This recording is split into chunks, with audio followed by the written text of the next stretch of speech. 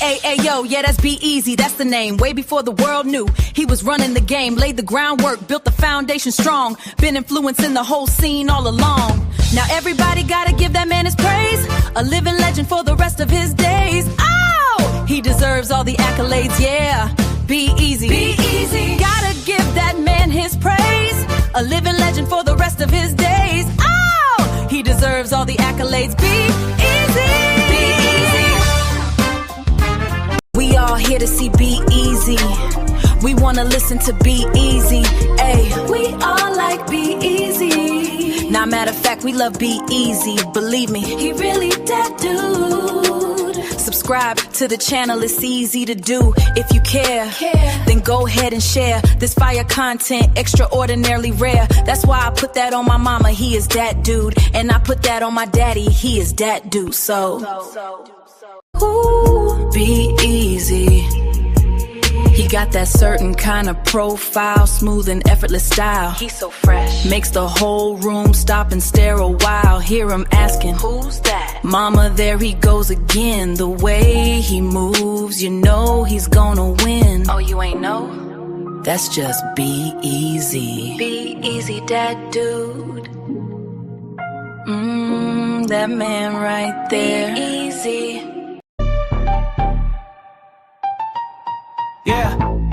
Yeah.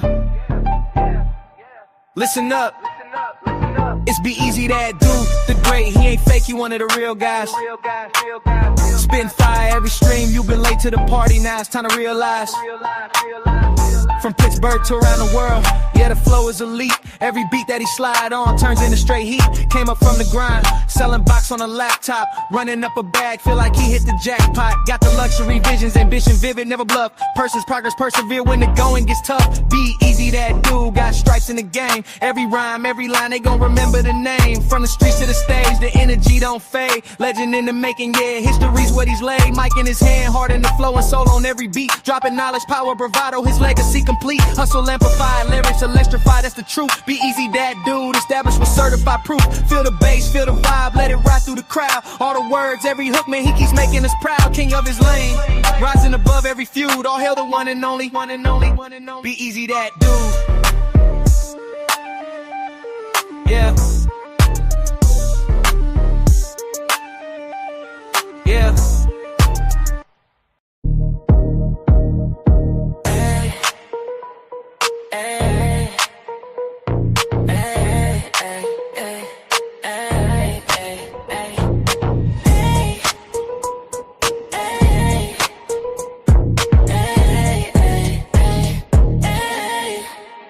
He always do it big, you know who it is. B-Eazy, B-Eazy, B-Eazy Dat Dude. He on his way to the top and he ain't about to stop. You thought he would flop and didn't wanna give him props. The things you dreaming about he already did, dude. Now it's time to soak a game he about to give you. Like, share, follow, and subscribe. Hit the notification bell to tune in when he goes live. Make a contribution if you feeling the content. Tap into the realness if you tired of the nonsense. I mean, no disrespect, ain't trying to sound rude, but the world already knows that B-Eazy's that dude.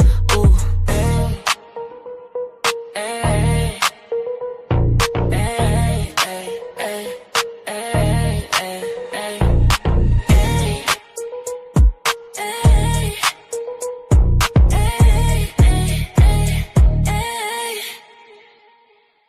Hey yo, who is that dude? Oh girl, that's just B-Eazy.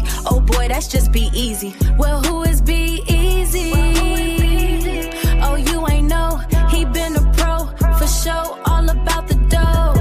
He been running up them racks and still trying to get some more. Don't care about the fame, just trying to gain and grow. He really one of them ones, his presence so pivotal. So hell yeah, he that dude, this is unequivocal.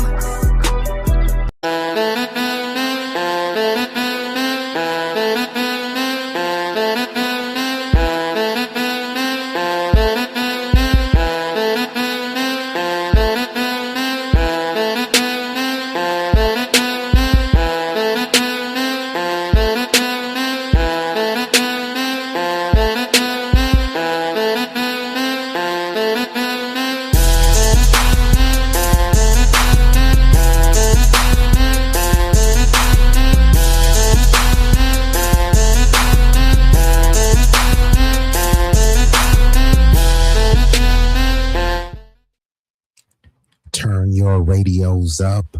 Turn your radios up. Y'all know what this is. Y'all know who this is. B-Eazy Dat Dude, an impromptu stream back with another one. This one is gonna be a banger. Will ruffle some feathers, so it will be a doozy. I don't like to keep y'all waiting. So before we get this thing started, you know, I gotta hit you. If you know the song, sing along. Yeah, you're right. 私も地元民と言っても自分は世代です。もう友達できたの？うん。ぶったまんまこっち見ない。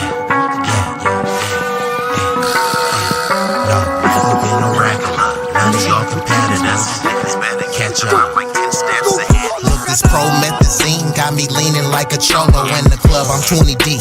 I don't be riding solo. Pull some bad bitches, they vanilla and cocoa. They wanna take some photos when we kick it out in Soho. Chicks are showing tits and popping pussy for my promo. Told them like juvenile, baby, moving for me slow-mo. Then I'm right back to the block, cause I keep getting moto. I be flipping, not shrinking. I don't give a fuck about no ho.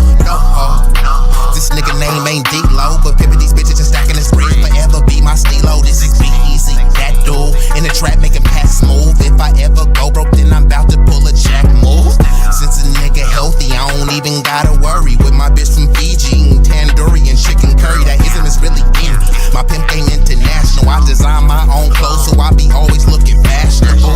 Here's a couple facts about me that y'all didn't know. Some of y'all be getting bread, but I be getting bigger, dawg. I got bigger guns and a whole lot of bad. And we are activated, and we've already been joined by some illustrious guests, none other than Tay-Bay. And we got Kristen Rodriguez. So salute to Kristen. And Mr. I Got Bars, is this your first time over here? Salute to Mr. I Got Bars, and comes in heavy saying happy Juneteenth, y'all. Now, on this particular stream, I may not be here for a long time, but it will be a strong time. But I do plan on coming back later, hitting y'all with a double header, because I do have to cover the Juneteenth, how people are trying to hijack it, how people are engaging in a lot of tetherpalooza and a lot of leeching and cultural anchoring, where they're trying to anchor, their plight, their culture, their ideology to Juneteenth and completely reframe it as something else. And you know what? For many years, many of us have had our head in the sand. So we haven't really been standing on business as hard as we have, or as hard as we should have been. Some haven't been standing on business at all, and some people have been standing on business without the support and the backup of the majority of the collective, right? Oh, shout out to Memphis.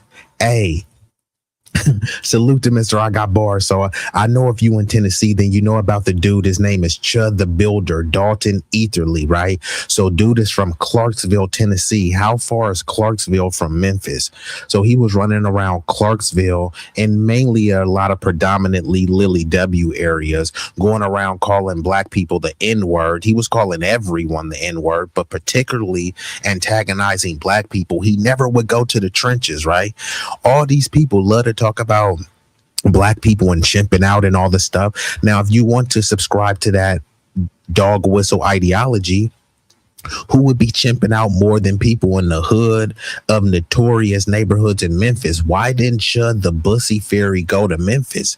He hate N so much, right? He hate the Igor so much. Why didn't he go over there and pull up in Memphis? And that's what all these bigots do. What about Chicago? They love to talk about what about Chicago? What about Oakland? What about all of these? There was one dude that was calling Memphis, Memphrica, trying to say, oh, Memphis is just like Africa. You know what I mean? A bunch of sub-Saharan savages run around. Okay, cool. If that's who you got smoke with, why didn't you pull up to Memphis? Same thing with that bigot in South Carolina. He hates the YNs, but instead he pulled up on some old elderly grandparents. Huh? How cowardly and pathetic could you be? So salute to Memphis, salute to the dirty, salute to the foundational Black American freedmen, salute to all of the people who ride with the community. Now, you don't have to be from the community to support the community, right? I'm not Asian. I support Asians. I'm not white. I support white people. I'm a humanitarian. I support everyone. I love everyone. But I'm B1. I have to support myself first. Always think of it like this. When the plane is about to crash, you can be sitting next to your wife, your kid, your neighbor, your best friend. When a plane is crashing and they have an oxygen mask, who do they say to put the mask on first? They don't say, hey, we know you love your child, so put the mask on your child first. They don't say, I know you love your husband and you've been married for 40 years. Put the mask on them first. It says put the mask on yourself first. Self-preservation is the number one rule in life. So when we're practicing economic, spiritual, and cultural preservation, it's no hatred towards any other group. It's no disdain towards any other group. Yeah, it may get messy and some people may be trolling and roasting and the rhetoric can get a bit inflammatory, but ultimately we're just doing what every other group has always been doing. We're just late to the party. We were all inclusive of everybody while other people were excluding us. And now that we're starting to say, hey, maybe we should exclude some people, it feels like oppression to them, but now it's just setting the boundaries that we've been too lax with, right? All somebody had to do was do a dance, cut a jig. They invited to the cookout. But if you could dance and sing very well, are you going to get invited to a mariachi band? Are you going to get invited to a fiesta? Are you going to get invited to a bar mitzvah? How many Chinese parties have you been invited to? But you've invited them. You've invited them to all of your cultural accomplishments, achievements. And what do you get for it? You just get called a nigger and that's it. You're a nigger with a victim mindset. That's all you get. And salute to Frank Nitty, Mr. Gritty, putting on for the biddy. And happy Juneteenth. We got Roger Meadows, the East Coast finest, Mr. Nassau County. Hey, Roger Meadows, where Brooklyn at? Happy Juneteenth. Most definitely. Hey, amen. Salute to you, Mr. I Got Bars. And I'm going to want to hear some of them bars, bro. So if you got some bars, let us know where we can find you. Are you on IG? Or what, you know what I mean? And if you got a studio in Memphis, let me know, man. I got some artists I might have to pull up. But if you come to Cali, don't trip. I'll take you to the studio, Mr. I Got Bars. All you got to do is get to Cali, the Bay Area, Oakland Airport, or San Francisco. I got you. So come out here, Mr. I Got Bars. But when I pull up in Memphis 10, you feel me? You know what I mean? You better be my tour guide now. Don't take me to nowhere where I'm gonna get Young Dolph. You feel me? I ain't trying to wind up like Young Dolph, but you feel me? But don't trip. I'll have my equipment though. You said all platforms, Mr. I Got Bars. Yes, sir. I appreciate that. Hey, we'll drop your link in the chat. If you got IG, drop what your IG handle is. So salute to you. And you said Fred Hampton partnered with everyone. Yeah, Fred Hampton partnered with everyone. He had a Rainbow Coalition. And what happened to Fred Hampton? He was assassinated violently and disgustingly in front of his beautiful wife and children in his home while he slept. And guess what? They love to say, Fred Hampton had a Rainbow Coalition. What about the Brown Berets? Yeah, what about the Brown Berets? What did they do after Fred Hampton was assassinated? They didn't do a damn thing. All of these other groups, all they did was focus on their ethnic specific group or their racial specific group. Hey, there's nothing wrong with that. But stop trying to pretend like you were standing and stepping with us. While we were fighting for civil rights, they were fighting for Chicano rights or Asian rights. Look at the whole Asian hate movement, right? That year they passed the anti-Asian hate bill. The leading victims of hate crimes were foundational Black Americans. They didn't say, hey, stop Asian and Black hate. It said stop Asian hate, and that's it. Nobody said stop people of color hate. That ain't what they said. They said stop Asian hate, and they allocated millions and millions of dollars to them because they were victims. They painted Black people as the face of Asian hate, and then you crunch the numbers, you're like, hold on. 80% of the perpetrators were white. But guess who got the blame of it? Yeah, you guessed it. So yeah, okay, Mr. I got bars on IG. Okay, that's what's up. Yeah, so I'm gonna drop my IG one after I get into the stream. But salute to y'all. So let me go ahead and get into this video right here. You know, I just like to interact with the chat. Let me go ahead and pull this banner down, and we're gonna get into it. So y'all seen the title and you've seen the thumbnail. We have no allies. We have to stop pretending we do. Everybody hates foundational Black Americans and the Dubb Supremacist Dolts. So I'm going to go ahead with that.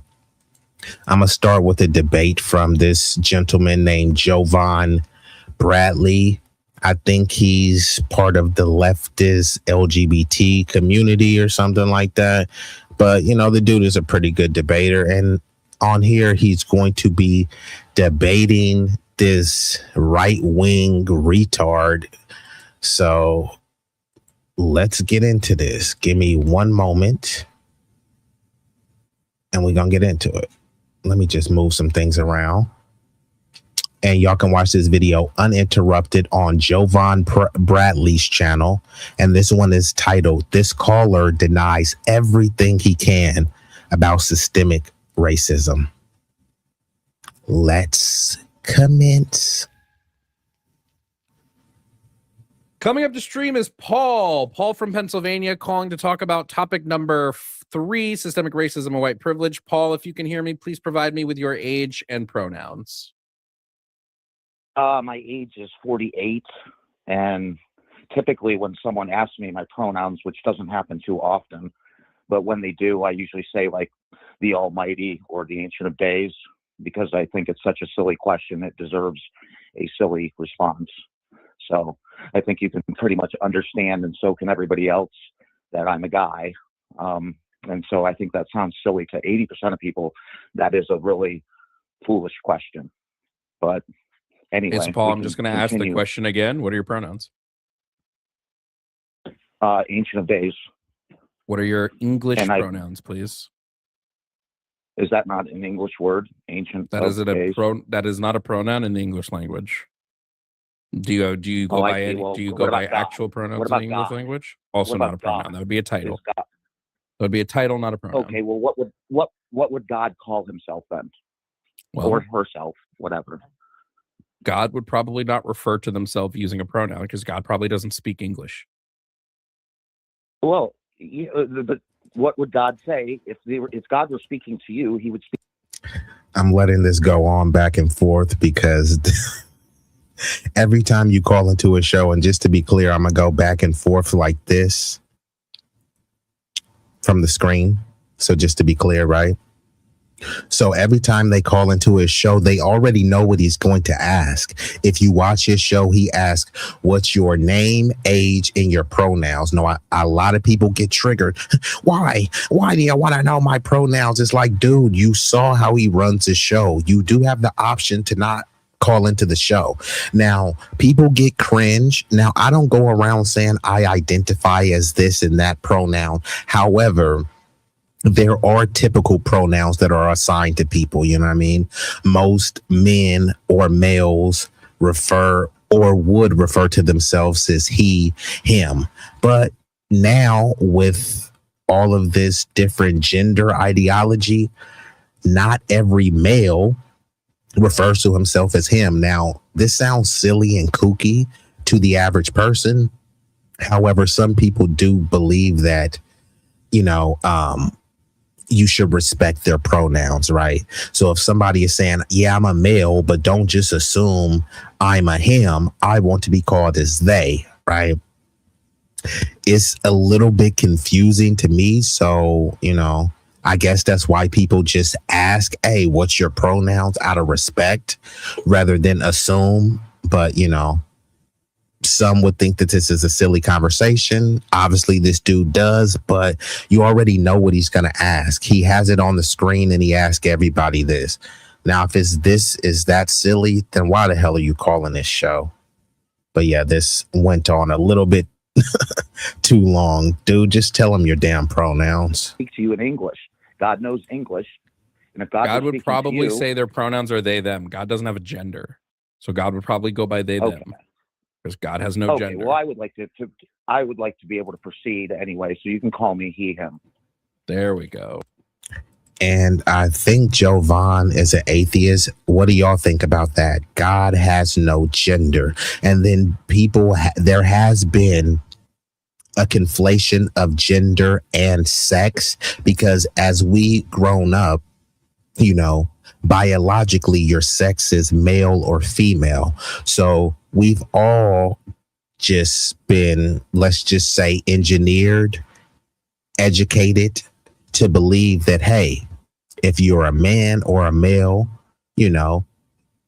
basically, if you're a male, your gender is going to be a man, right?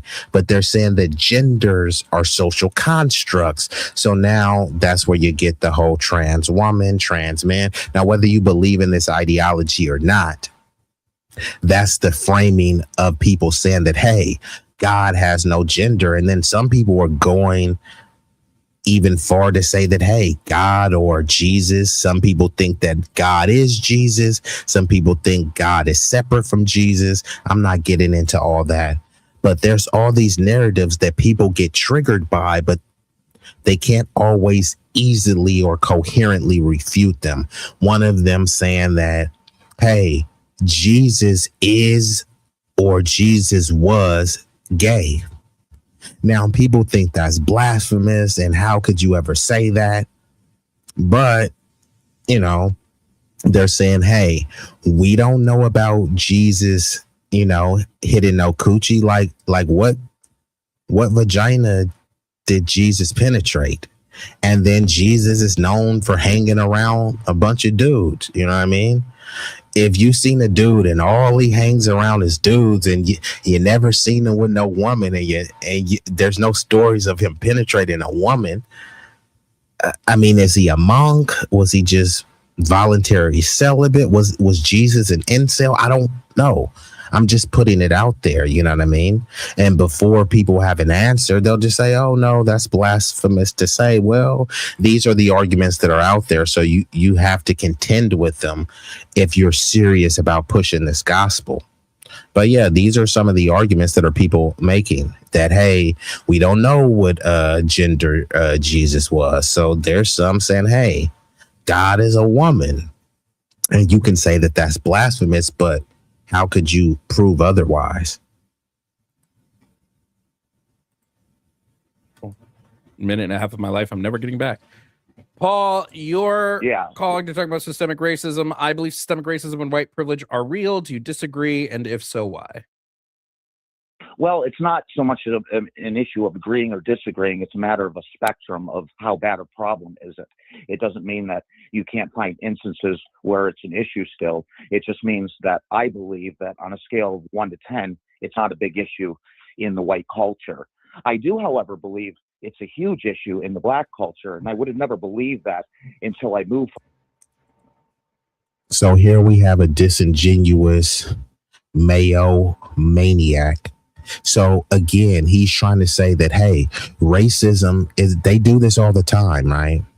Systemic racism, it doesn't exist. It's a hoax. It's a myth. This is what Tucker Carlson and many of his minions and cronies said. And then he turned around and said, hold on. No, I lie. Systemic racism does exist, but only against white men. Make that make sense, right?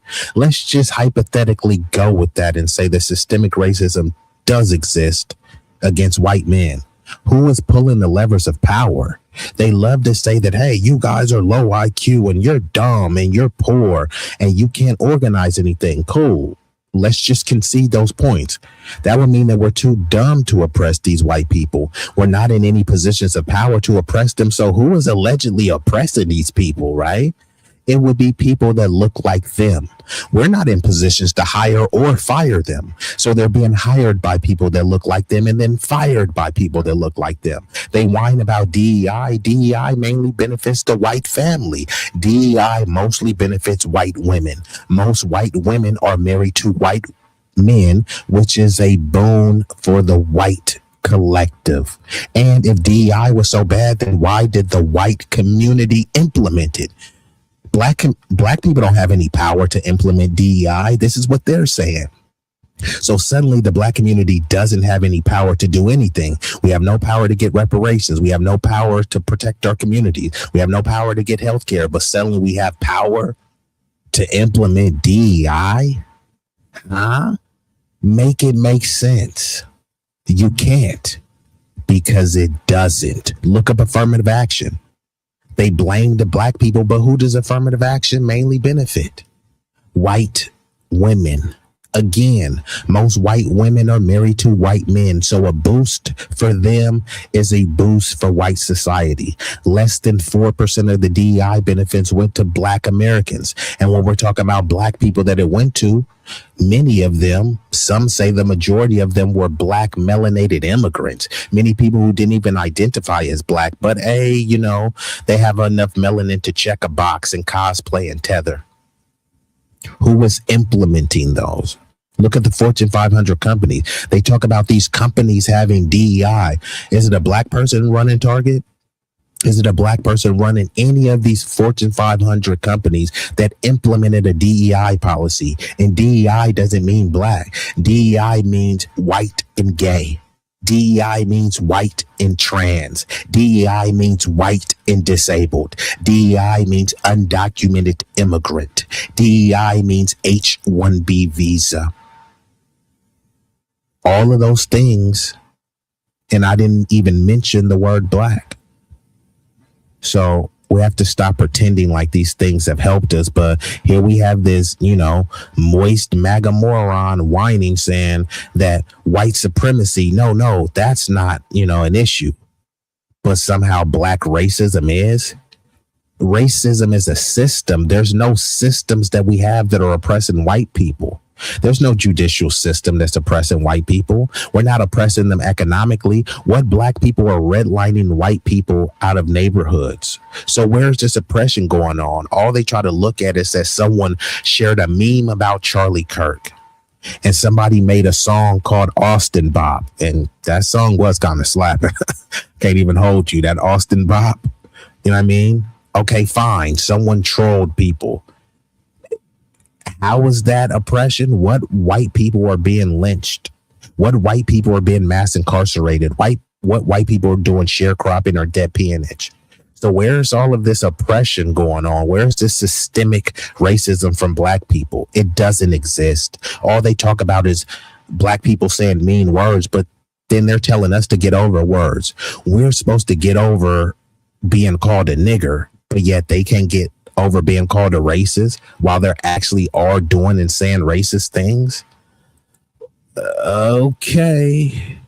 From the country into the city, and then I started realizing what racism really is and where it's really coming from, because the white culture, for the most part, has defeated racism on the whole. Doesn't mean there aren't some white racists.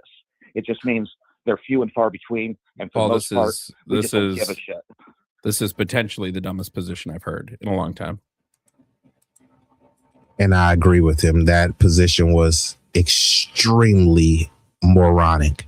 And shout out to Music Lover. Hey, where you calling from or chatting in from, Music Lover? Faux Life Good evening and shout out to Denise Brown from downtown or from around the town. Are you from downtown, Denise? Shout out to Denise Brown. Let's get back into it. Yeah, I appreciate you though, Denise. Doesn't mean there aren't some white racists. It just means they're few and far between, and for the most part, we just don't give a shit. This is potentially the dumbest position I've heard in a long time. Oh, okay. Well, it wouldn't be so dumb if you were to admit the truth and see that actually racism is taught to black people. It wouldn't be dumb if you just admitted the truth. So all you're doing is just presuppose. So again, is this the best the high IQs have to offer? He said that racism is taught to black people, but it's not taught to white people. Are you kidding me? Where's the history of black kids trying to torment and chase white kids out of schools? It was white kids who didn't want to integrate with black kids, right?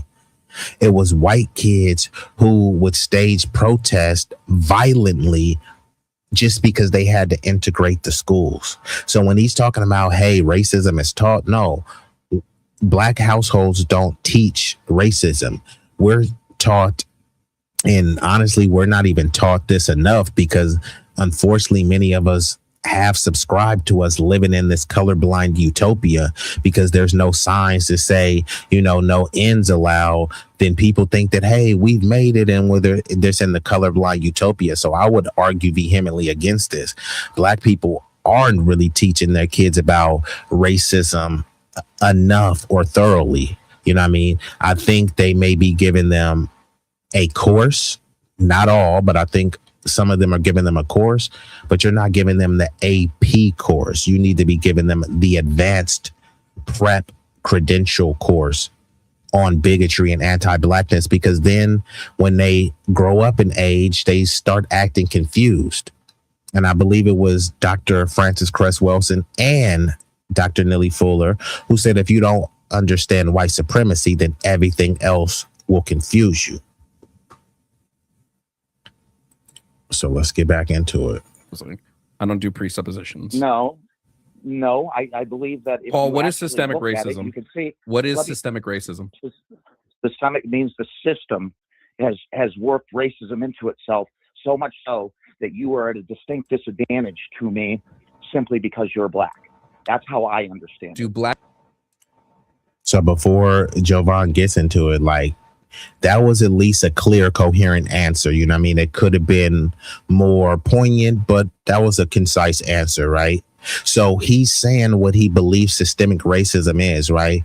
But black people don't run any of these systems, or that's the whole point of systemic racism. It's done systemically. You need to be in control of said system to enact any type of punitive damages, right? So again, there's no black people that are mass incarcerating white people. There's no black people that are mass stopping, frisking white people. There's no black people that are redlining white people. There's no black people that are denying white people jobs just because they're white. That's not happening. There's no black people that are finding immigrants and dumping a bunch of them into white neighborhoods. It's not happening. But sounds like this Mayo moron has a victim mentality. The same mentality they tell black people to stop having. Black people face disproportionate outcomes in the systems that shape this country. Because you're black. That's how I understand it. In a long time. Oh, okay. Well, it wouldn't be so dumb if you were to admit the truth and see that actually racism is taught to black people. It wouldn't be dumb if you just admitted the truth. So all you're doing is just presupposing. Yeah. I don't do presuppositions. No, I believe that. Paul, what is systemic racism? You can see what is systemic racism? Systemic means the system has worked racism into itself so much so that you are at a distinct disadvantage to me simply because you're black. That's how I understand it. Do black people face disproportionate outcomes in the systems that shape this country? Yeah. Do you believe black people are at fault for these disproportionate outcomes? Yes, I do believe that they are at fault for it largely, because since racism on the whole has been defeated in the white culture, then yes. Great. That's just more presuppositions. I don't care about the presuppositions. Have you heard of the Veil of Darkness study, Paul? Yes or no? In particular, Paul, you're not here to black preach, men Paul. are You're not here to preach. If you're going to preach, I'm just going to move on. Have you heard of the Veil of Darkness study? I'm trying to have a discussion. You're not having a discussion. You're soapboxing. You're not. Yeah, this is what you call mayo maniac, moron, mush mouth babble. That's all that was. This dude is over here saying that, hey, black people are taught to be racist against whites, but us whites, we're not taught that. So make this make sense. Whites living in a Lily W segregated enclave. What are they teaching their kids about black people? They're not teaching their kids, oh, you know, those black kids are just as smart as you. Those black kids have a bright future, and so do you too, little Billy, little Benedict. Like, come on, man. We know that's not the case. They go out of their way to make sure that their kids are not going to school with a multitude of black people. Yeah, they can have some token blacks there, and they prefer those blacks to be African or Caribbean, a melanated figure who they believe is more subservient. And salute to Malik and the East Coast fam.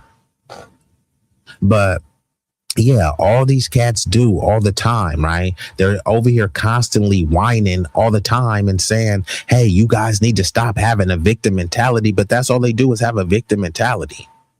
It's idiotic for someone to say, hey, this group is acting like a victim. So how is that affecting you? No, it's like, seriously, if you are in the gym and you lifting weight and somebody was in the corner acting like a victim, how should someone in the corner whining and crying and acting like a victim, how is that stopping you from lifting weights? What, you can't lift up a barbell because someone is acting like a victim? What, you can't organize in your community because some other groups are acting like a victim? So how does it affect you? And if it doesn't affect you, then why are you constantly whining about it? People complain about others allegedly complaining. You're doing the same thing as them. Complaining about someone else complaining is still complaining. I mean, what are we doing here, bruh? Let's get back into it. Culture, then yes. Great. That's just more presuppositions. I don't care about the presuppositions. Have you heard of the Veil of Darkness study, Paul? Yes or no? In particular, Paul, you're not here to preach, Paul. You're not here to preach. If you're going to preach, I'm just going to move on. Have you heard of the Veil of Darkness study? I'm trying to have a discussion. You're not having a discussion. You're soapboxing. You're not having a discussion. A discussion is a back and forth. Soapboxing is not a back and forth. I will ask you questions. You will answer them, and we will see if your position logically holds. Now, your position currently is that black people are at fault for the racism or for the disproportionate outcomes they experience in the system. So I'm asking you, have you heard of the Veil of Darkness study? Yes or no? No. Great. Stanford did a study where they analyzed 95 million traffic stops in the United States throughout multiple different states and municipalities. And they found that during the day, black people are pulled over at a significantly higher rate than white people. And at night, when cops can no longer see the color of the person driving the car, the rate of pullovers even out. How do you account for this if not for systemic racism? What if you could make a song using only your voice? Let's start with the drum. So Jovan, and this is a little ad that I'm about to skip through. Jovan, he always brings this up, and y'all can look this up. It's called the Veil of Darkness study, and they did an extensive study, and maybe I'll try to pull it up. I'm going to play some more of the video, and I'm going to try to pull up the information from the study, but I'll basically paraphrase. So the Veil of Darkness studies, it like went through like, I think hundreds or even millions.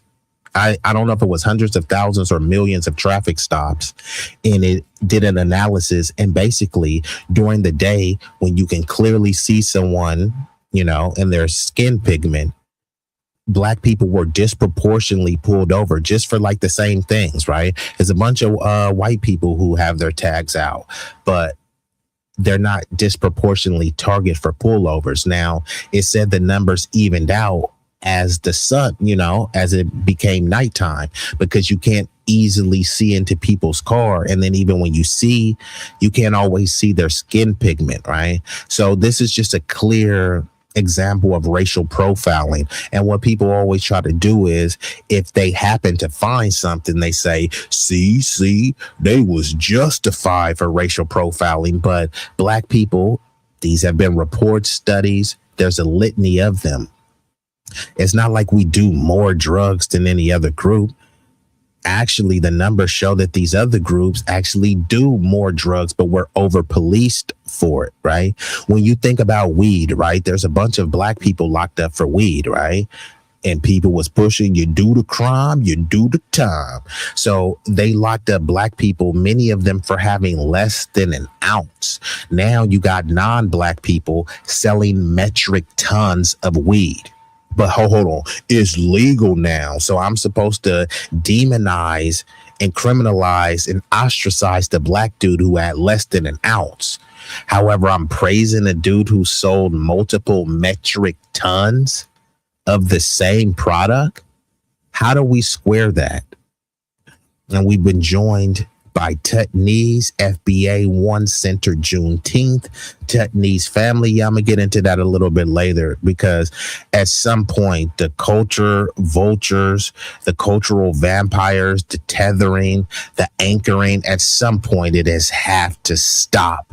At the very least, it has to subside. So, and I'm next year, I'm definitely going to throw in a FBA centric Juneteenth, because I'm just tired of all the Joe Law festivals. I'm tired of all these African. When you think about Juneteenth, it's about Galveston, Texas. It's about the United States of America. It has nothing to do with Africa. Trying to culturally leech and tie it to Africa is just extremely disrespectful. We don't know anything about Africa. They say it all the time. You don't know who you are. You don't know where you're from. Okay, so if I don't know where I am, how are you trying to tell me that I'm from this place? Oh, you don't know who you are and you don't know where you're from, but I do. You from here and you from there. Like, make it make sense. These people claim that we don't know where we're from. So if we don't know where we're from, allegedly, how the heck would they know where we're from? And the thing is, I do know where I'm from. I'm from here. This is my homeland. My mom was from here. Her mom was from here. Her mom was from here. And her mom was from here. I mean, how far back do we have to keep going to try to prove that, hey, I'm from here? And think about this, right? Even in America, right? And I think Malik is still in the building. If you from Baltimore, right? And you lived to Baltimore, and then you was living in Atlanta for 30 years. The cats from Baltimore are going to be like, nigga, you ain't from Baltimore no more, bro. You from Atlanta now, bro. Don't try to claim Baltimore, nigga. You from Atlanta, right? So I'm just saying that that's just how people operate in the context of America within your own nation, right? At the bare minimum, right? Many of us have been here for thousands and thousands of years, but let's just go at the bare minimum, 500 plus years. You've never been to a place and your ancestors haven't seen the light of that place in over 500 years. Yeah, but you still from there. And then they point to a place that didn't even exist when your ancestors were building here.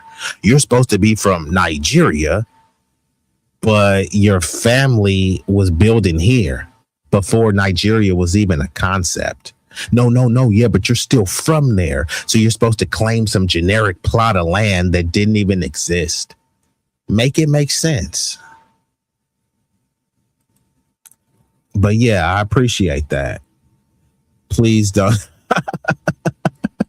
Tutney's already got smoke.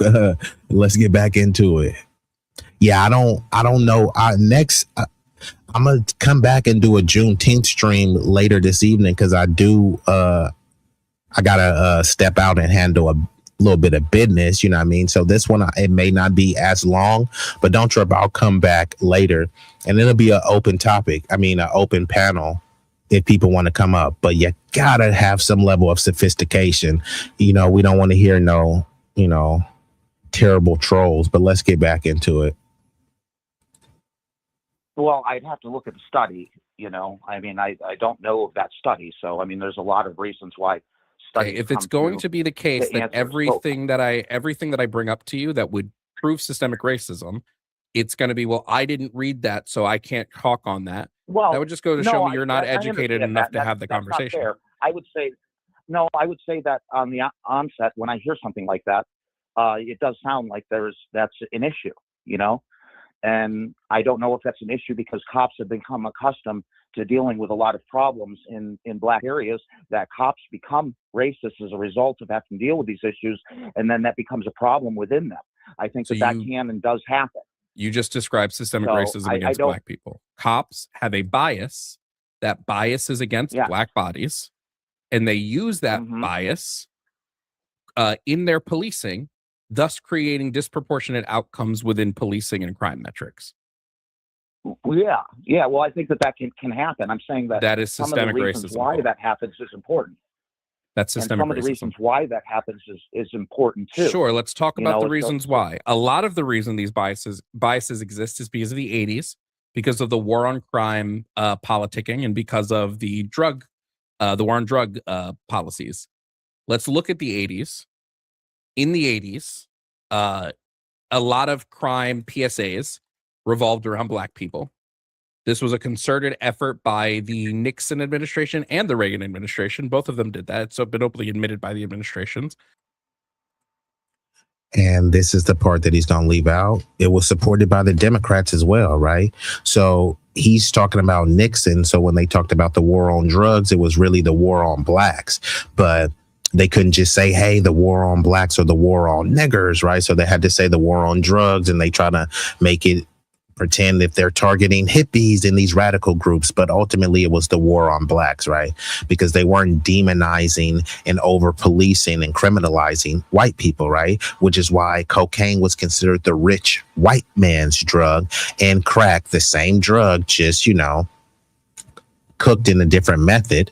Suddenly that drug, mainly black people do that drug, so we're going to create a criminal disparity. So if you had 500 grams of cocaine, you still could get less time than having a pinky nail full of crack.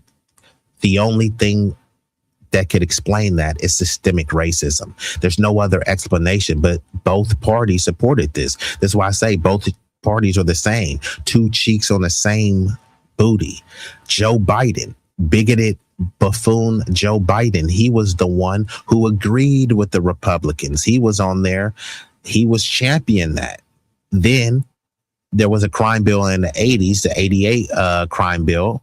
And then there are actually 3 crime bills, but they really pushed the crime bill in the 90s. And Biden was calling that crime bill Biden's law. He got many of the buck broken, brain dead boule to co-sign it, pushing, what about black on black crime? You know what I mean? They were pushing that back then to try to say, hey, look, some Sambos in the black community support it, so the entire black community supports it, right? So they get the Al Sharpton, Jesse Jackson type saying, we got to do something to protect our community. And they say we protect our community by locking you niggas up, right? Not by investing in the community, not by enriching the community, by just punishing and locking the community up. Both parties supported this, right? Especially the Democrats. So he's talking about Reagan and Nixon, but then in the 90s, it was Clinton and Biden. And Biden was still in the Senate during this time as well. So I just want to be clear, too, when people love to talk about how the Republicans are bad and they're racist and they don't like black people. Well, the Democrats were right there along with them, helping to put this through. Why didn't the Democrats try to fight and protect us? You've never seen the Democrats fight to protect the black community as they fought to protect undocumented citizens.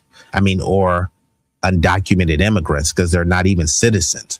So they won't fight for citizens. They won't fight for people who has a lineage who built the nation, but they will fight for someone who immigrated here illegally to seek a better life.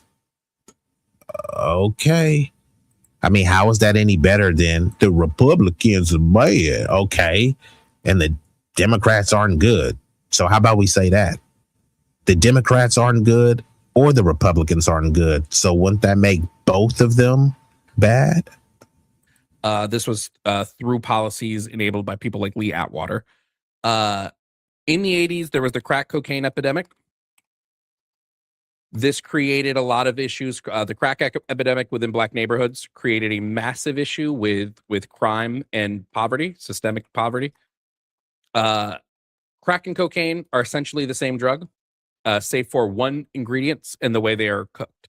They're essentially the exact same drug. They have almost the exact same effects. It's just the way you ingest them is a little different. However, 5 grams of crack carried a minimum sentence of, I want to say it was 5 years was the minimum sentence for 5 grams of crack. Whereas in order to get the same sentence length for cocaine, you had to have 500 grams of cocaine. The only difference between the drugs, again, is the way they are prepared and one singular ingredient that doesn't really change the compound. The reason why this Nobody can make an argument to say that this, why do you have to make it about race? That's what they made this about. This whole ruling was about race. So if you had 5 grams or really less than 5 grams of crack, 5 years or more. If you had 500 grams, now remember, cocaine was a rich white man's drug. So, of course, no poor, lowly black is what they would see would have 500 grams of coke. And if they did, they definitely wouldn't have gave them 5 years. See, if you were black and you had 500 grams of coke, then they say, you know what? You're a distributing network. That's possession. But if you're a white dude and you can say, hey, I had 500 grams just because I like to party, bro. I want to get gnarly, dude, right? You know, both parties supported this. The mass incarceration of black people, targeting them, making everyone seem to be a druggie and a junkie. Notice they always talk about the black people and the so-called crack babies. What about all these fentanyl babies? What about all these opioid babies? These Oxycontin babies? Why are those terms never, socially pervasive? Let's get back into it. Disparity in sentencing exists. And again, this was admitted by the FBI at the time. They admitted that this was the reason they did that, is because they found crack to exist mostly in black neighborhoods while cocaine existed mostly in white neighborhoods. They also funneled crack into black neighborhoods to further increase this disparity. Now, this led to a system of poverty, a system of drug use. It led to families being torn apart via prison sentences, led to a bunch of things. Is this systemic racism? I don't think you went back far enough in your analysis of the problem at all. I think I would drag it back a little further to when black fathers started leaving their families, starting in the 60s, when you had a revolution that the government would pay for and take the place of a father.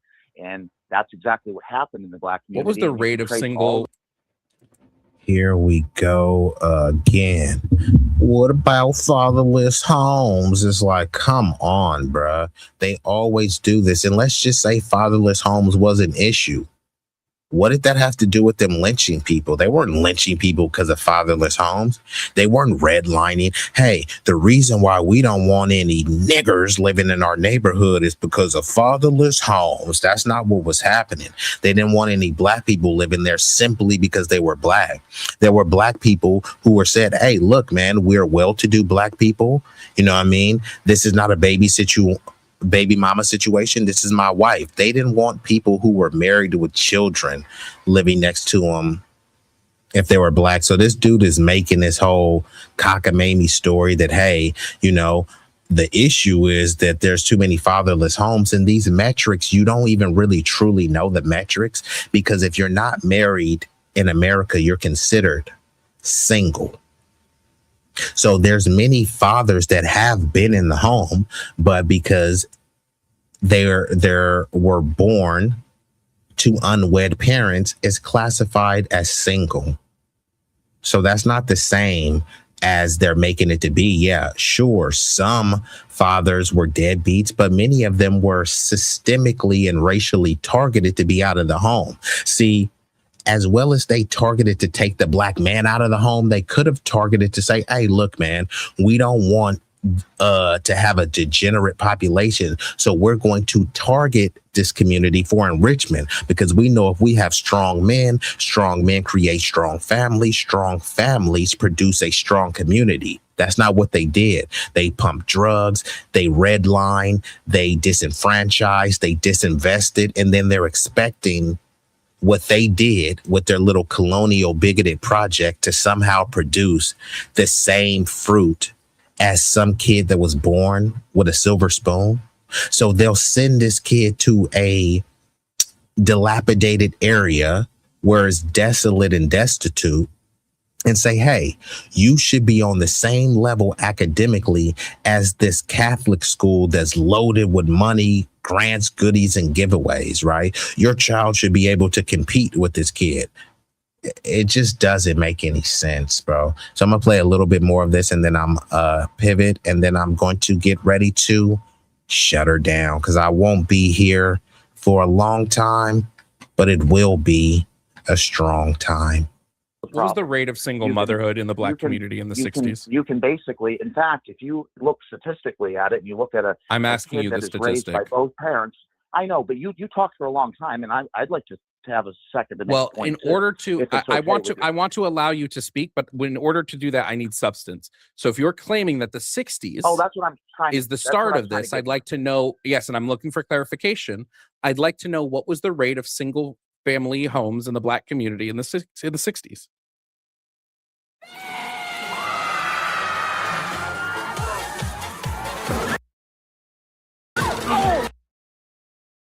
In the 50s, it was actually very similar to the white community as far as a father being involved in the house.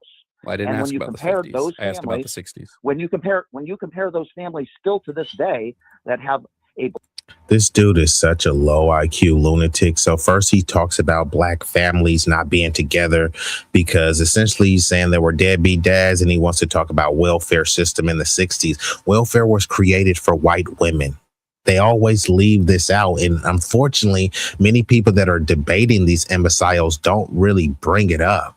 It wasn't created for black people. So if welfare was so bad, why did they create it custom tailored for white women, right? The whole pull yourself up by your bootstraps. Why didn't the white women do that? No, there was a welfare system created for them. And I'm not trying to bash the welfare system, right? All the taxes we pay, this is the wealthiest, richest nation. And then they want you to shame and shun welfare. No such thing as a free lunch. No such thing as a handout. And then many poor people will be regurgitating that to other poor people. Well, nobody ever gave me nothing, and just start getting mad. Why should I have to pay? Well, why? You never say that about Elon Musk's AI data center. Those are using taxpayer dollars. Why should you have to pay for that? But you don't have anything to say about that.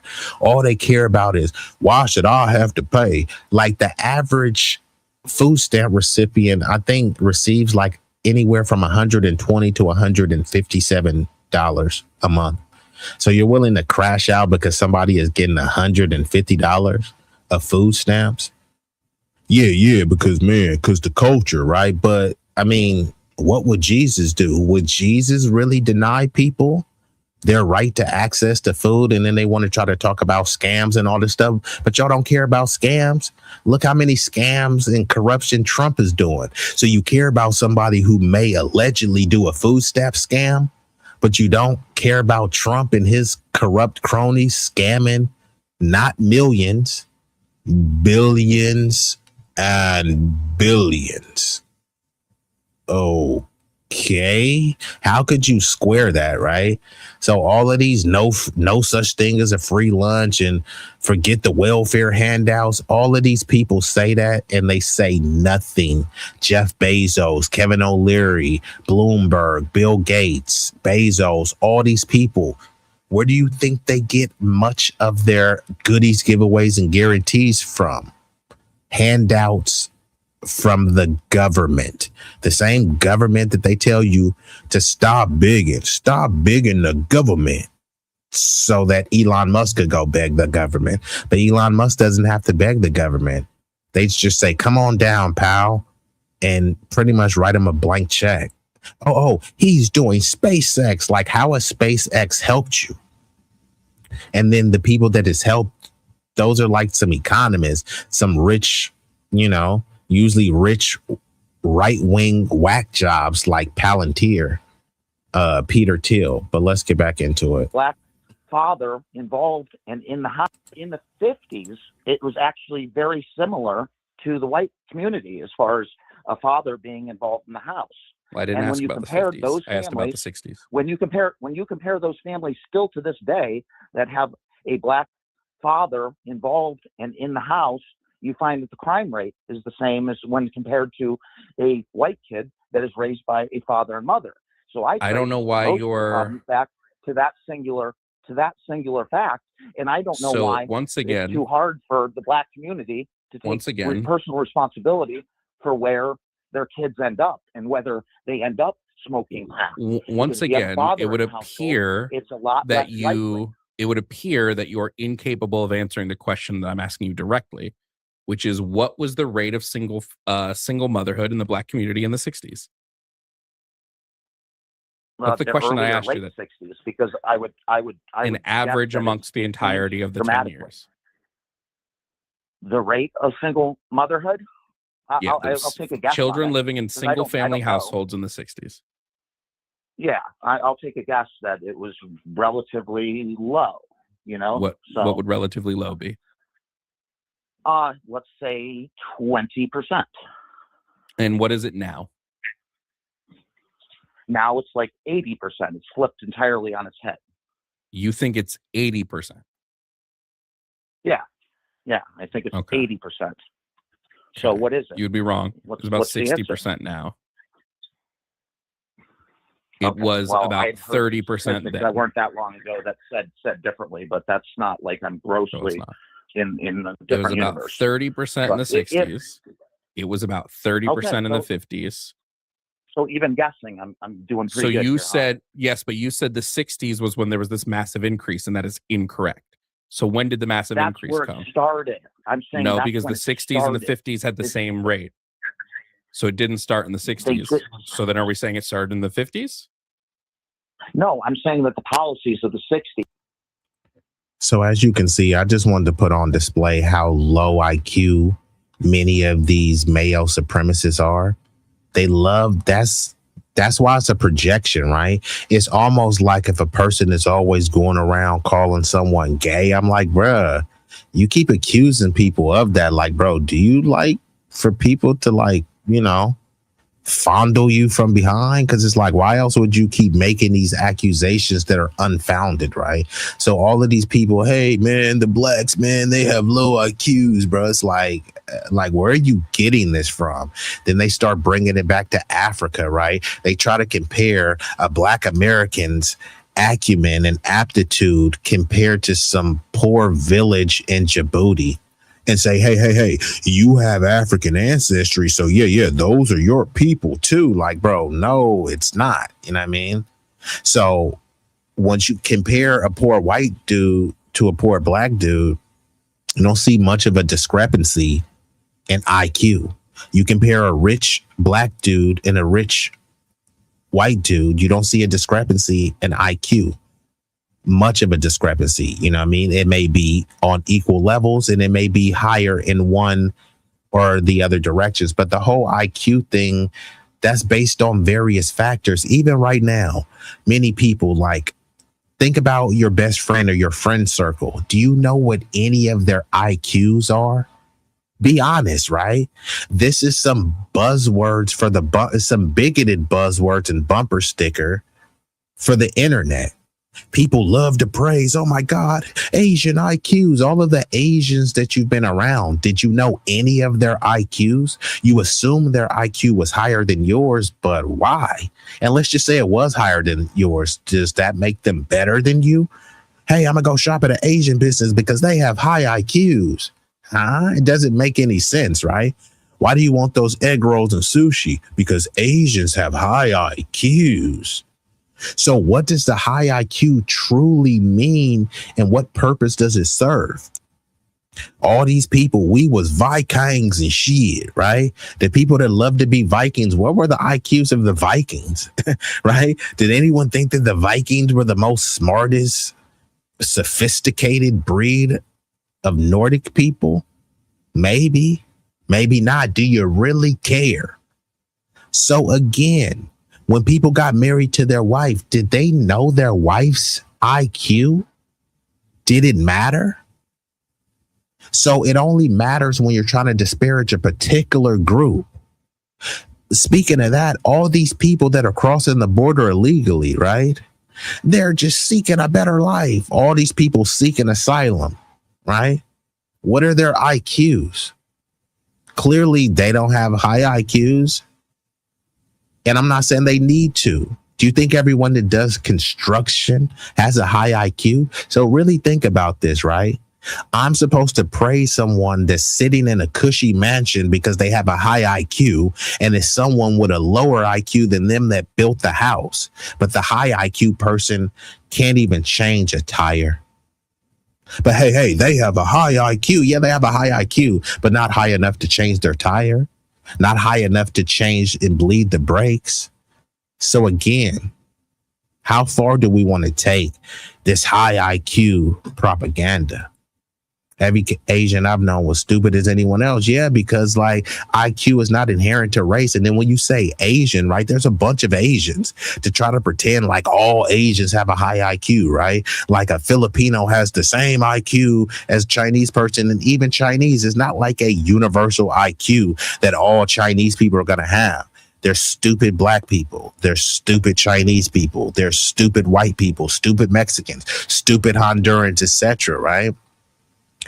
IQ and aptitude is not inherent based on race and ethnicity, but we try to pretend that it is, right? But I'm gonna go ahead and pull this down, and I may start speeding through this a little bit just because I do got to get up out of here, and it doesn't appear like, you know, I have that much of a lively crowd, so that's okay. I mean, if y'all ain't rocking with the content, then I'll get up out of here because I do got better things to do. You know, I'm a man of the people, but if the people ain't here, then, you know, I will have to depart. But let me just go ahead and pull this story up right here. Just give me uno momento. Bada bing, bada bam. So hold on, is this the story? Okay, here it goes right here. Let me make this one a little bit bigger for y'all. So here's this story. This is why I've been saying we have no allies. We have no friends. And we really have to stop pretending that we do. We have to grow up. We have to wake up. And many of us have, but too many of us haven't. So what I'm talking about is people are pretending that we're in some mythical coalition, using goofy and idiotic terms like people of color is one of the most disgusting, offensive, inaccurate, and idiotic things that you can possibly say. There were no other groups considered colored in America. Every other group that was considered colored, I know black Poppy, they distanced themselves from color. All of these other groups.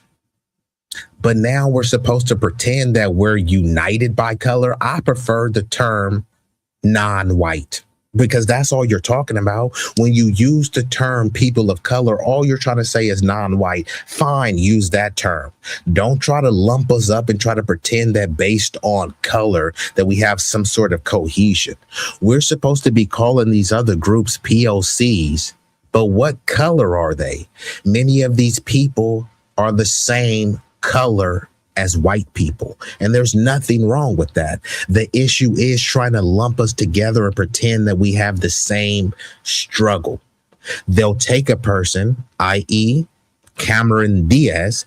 Cameron Diaz is a white Latina woman, and people will make blanket statements. Latinos are people of color. which Latinos are you talking about? So let me get this straight. The Afro Latinos, they are people of color, but the white Latinos, they either are or they aren't people of color. Because how many times have I said it? There's no race called Latino. There's no race called Hispanic. So what race are these people? Are we to pretend that Sammy Sosa, the dark one, or David Ortiz, Big Papi, is the same race as J-Lo, the same race as Cameron Diaz? And if we can see that, no, they're different races, then we have to draw a distinction and say, what race are they? Because, yeah, you can say that, hey, they're ethnically Latino, but nobody looks at David Ortiz. Nobody looks at Sammy Sosa and thinks that they're the same race or ethnicity as AOC and Cameron Diaz. And if they are, then let's just say it, right? Because if Sammy Sosa is the same ethnicity as AOC, then that means he no black, papi, right? But people try to bounce back and forth. You know what I mean? They use ethnicity when it suits them and race when it suits them. It's like, nah, we're not doing that, right? Because we get it, right? It's all a social construct. Well, we want to be accurate with these social constructs, right? There's nothing wrong with being white or Asian or black. Now, cosplaying and tethering, that is a serious issue. We want ethnic and cultural accuracy and specificity. We're in the information age. It's nothing to know and be accurate about who people are, right? And it eliminates cultural and ethnic erasure. If someone is Nigerian, if someone is from Gambia, if someone is from Tanzania, we need to be able to know that so we can document and disaggregate, not just for divisive reasons, for historical accuracy. When Usain Bolt broke the world record, right? Usain Bolt is a black man, a racially black man. Ethnically, nationally, he's Jamaican. And that's what the victory and where the victory should go to. Jamaican culture. It shouldn't just be umbrellaed and overshadowed over just the broad vagueness of blackness, right? Or flat blackness, to be more exact. We're specific about everything, right? When we're talking about jerk chicken, we're not saying that, hey, that's a black recipe. No, it's a Jamaican recipe. We have no issues getting specific about other things. It's just only when it comes to our cultural accomplishment and achievements, then suddenly nobody wants to get specific. They want to be all inclusive so people can anchor and tether themselves on to our history and our lineage. But you know what? Those days are coming to an end. And salute. I'm glad that y'all still here. Most folks are at Juneteenth celebration and festivals. I stayed in. Yeah, you know what? That is true. And the reason why I stayed in is because once I seen that they were like tethering and Joe Loffing a bunch of them up, that's why next year, for sure, I'm putting together a Juneteenth. I'm putting together a Juneteenth event because this has been rather disgusting to see. You see the video about the baby being unalived in Mississippi. Yeah, you know what I mean? I was figuring if I was going to cover it. I know other people have covered it, but I wanted more stuff to come out. And this is my thing. I don't always cover things just because, oh, it's a new topic here. Let me hop on. You know, first of all, I'm shadow banned and right now I'm not monetized. So I try to focus on quality stories that may elicit a certain response or, you know, enlighten, you know, a particular blind spot that people haven't been paying attention to or given a particular perspective. Same thing with the Carmelo Anthony case. A lot of people don't give a damn about Carmelo Anthony. They just know that it's in the algorithm. So, you know, they're covering the story to get the clicks. And as a content creator, that's what you're supposed to do. But like I said, right now I'm shadow banned and not monetized. So maybe next month when I'm back monetized, then I'll start making that type of content. But for right now, I try to make things that are of value to me and the community rather than, you know, what's the most clickbait. But let me pull this back up right here. So this is what I want to talk about, right? We have to stop pretending and acting like we have this mythical coalition. Now I'm gonna get into this story right here where, this Latino and an Asian accuses a brother of theft. Okay. Let's get into it. So they accused him. He had the bag on him, right? A couple accuses a black man of theft and unleashes the police on him, but they picked the wrong target. That's what the headline says. Now, the unidentified man was sitting at a rapid ride bus stop in Tukwila, Washington, when two police SUVs pulled up, lights flashing. The accusing couple, a Latino man and Asian woman, had called the authorities over an alleged stolen bag. But when officers pressed them for details, they had nothing to offer. Now, remember, these are the POCs that we're supposed to be in league with, in concert with, right? These are our supposed allies, right? Okay. So, hold on. What else it says? With no physical evidence to back up the accusation, it came down to their word against the man's, who simply wanted to catch his bus. One accuser told officers, "The only thing I witnessed was him going through the parking lot and he had the bag on him." Okay, so where's the bag, right? Now, the black man denies stealing anything. Still, a responding officer had already pulled on blue evidence gloves. The situation could have gone off the rails quickly if the second officer hadn't stuck to procedure and verified the circumstances himself. A bystander who goes by Ghost Gotti, shout out to Ghost Gotti, on social media, caught the stopped on video. His motivation: so bro can get a lawsuit. He said, adding that to the caption, "Couple falsely accusing black man of crime. They did bro try." Let's see. Hold on. Let me try to see so I'm going to try to play the video. Give me 1 second. Give me 1 second. Because once you click on the video, it goes to a different Instagram screen. So I have to stop this one and I'm going to share this screen. And if you are not, follow me on IG, B.Eazy Dat Dude.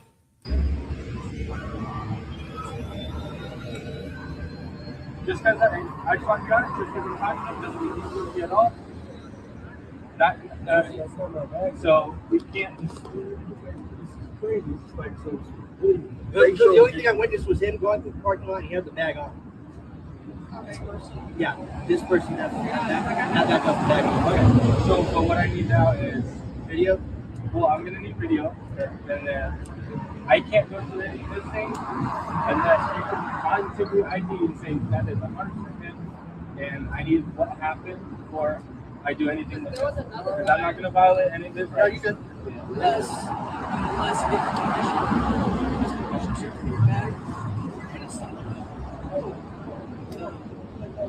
so that's not you. Wait, I thought you said it wasn't your bag.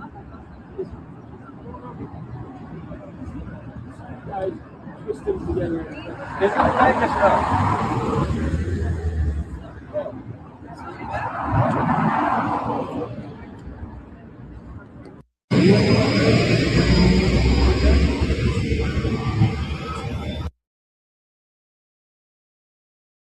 Okay, so there you have it. I mean, some of the stuff is a little bit hard to hear, but you see, this little Asian and Latino anti-black POCs, right?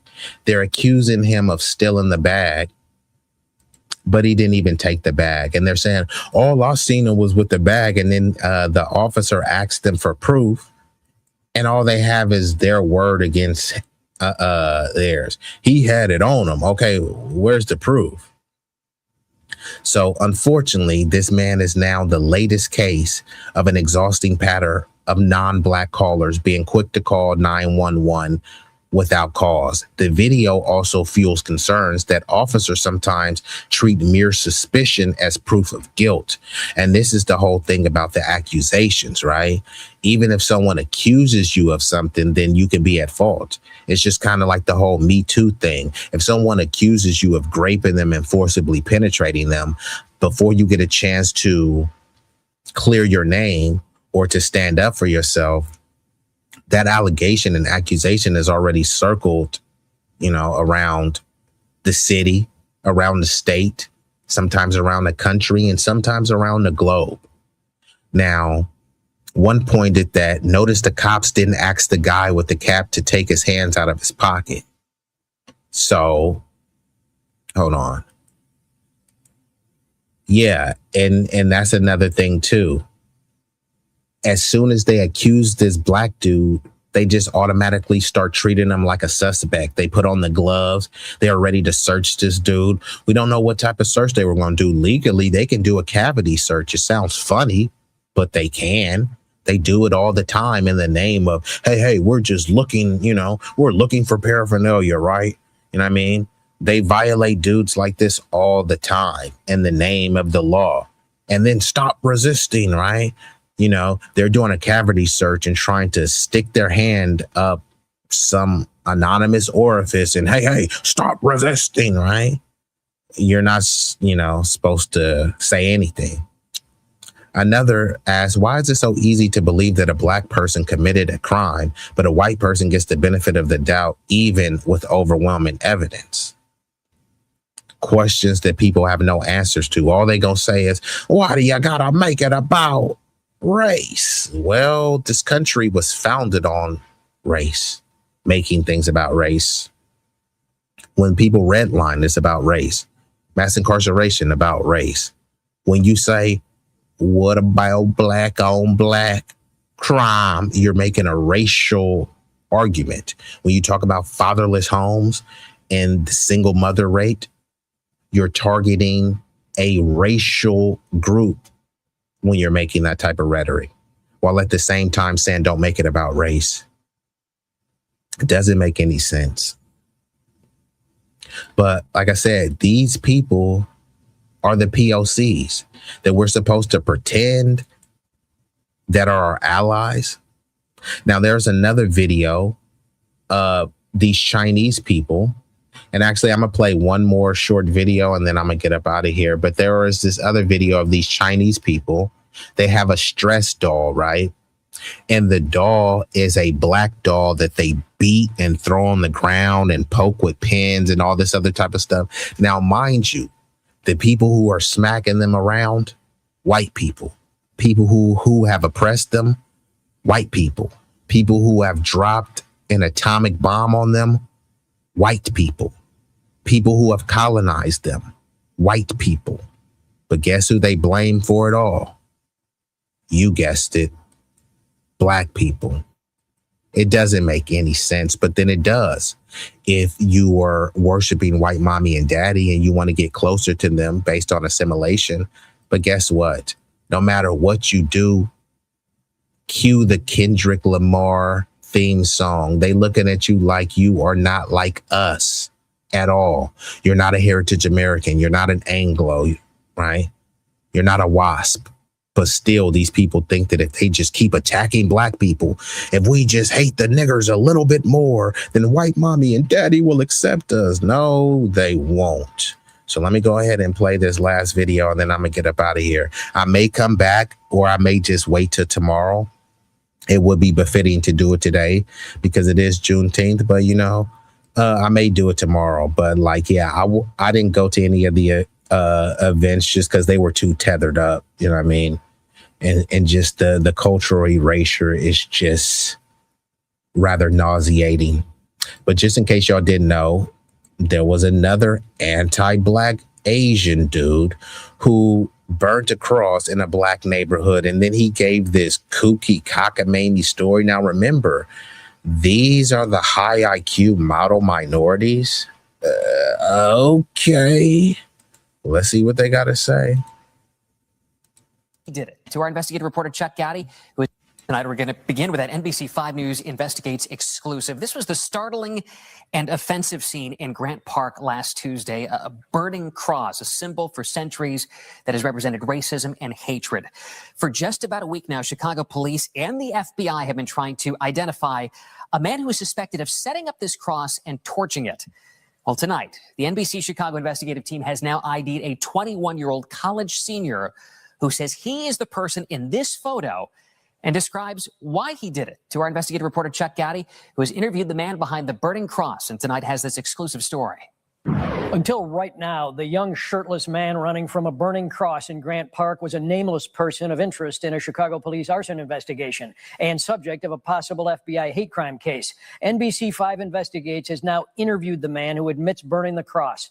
University of Illinois Chicago senior Merlin Liu says he knew the implications of a burning cross and had placed a MAGA hat atop the cross, explaining his motivation was to protest Trump administration injustice, not something racist. How did you land on a burning cross? Just, it came up to my head one day.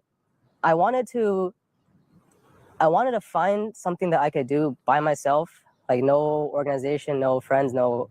I did know about this this historical relevance beforehand, but I didn't know the severity. How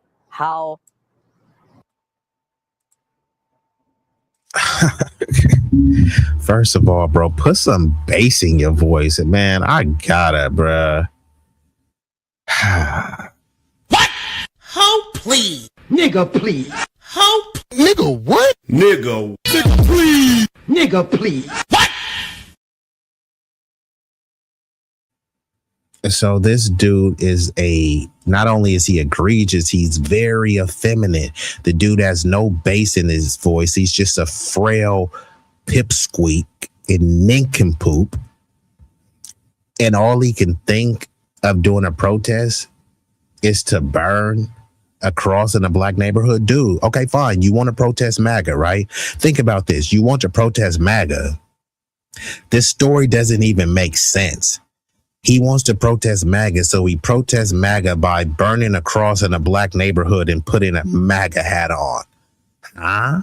You know that black people, even though the numbers increased, black people voted for Trump and MAGA the least of any racial and ethnic demographic. Black people were the least amount to vote for Donald Trump. So if he really wanted to get this, remember the Latinos, I will vote for Donald Trump. Why didn't he go to a predominantly Latino neighborhood and burn a cross and put the MAGA? Those are the people who really wanted to vote for MAGA. Why didn't he go to a Lily W neighborhood? Most MAGA are white. If he wants to protest MAGA, why didn't he go to the heart of MAGA in the white community? And then he tried to say, oh, I knew about the historical relevance. I just didn't know the severity. Huh? Again, these are supposed to be the high IQ model minorities, right? We can't let them off the hook. Remember, they have superior culture, superior IQ, aptitude, and intellect. So I definitely can't let them off the hook. If anyone should know better, it should be him, right? Unless we're saying that high IQ thing is a myth. Unless we're trying to overstate the high IQ. We're in the information age, right? You don't have to read a book anymore. You don't have to read a newspaper anymore. You got this information rapidly at the tips of your fingers. And we have to pretend like this dude, he didn't know what he was doing. Again, these are the people that we're supposed to ally with. Okay, let's get back into it.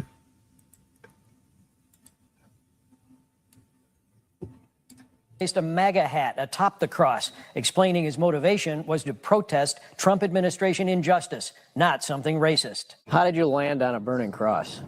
just, it came up to my head one day. I wanted to. This new AI tool is a game changer for POD. I wanted to find something that I could do by myself, like no organization, no friends, no. I wanted to find something I can do by myself. Bruh, you doing a lot of stuff by yourself. You're a high IQ model minority. So you're studying by yourself. You're doing your tests by yourself. So of all the high IQ brain thinking power, all he can think of, you know what I'm going to do by myself? I'm going to go burn a cross in a black neighborhood. Huh?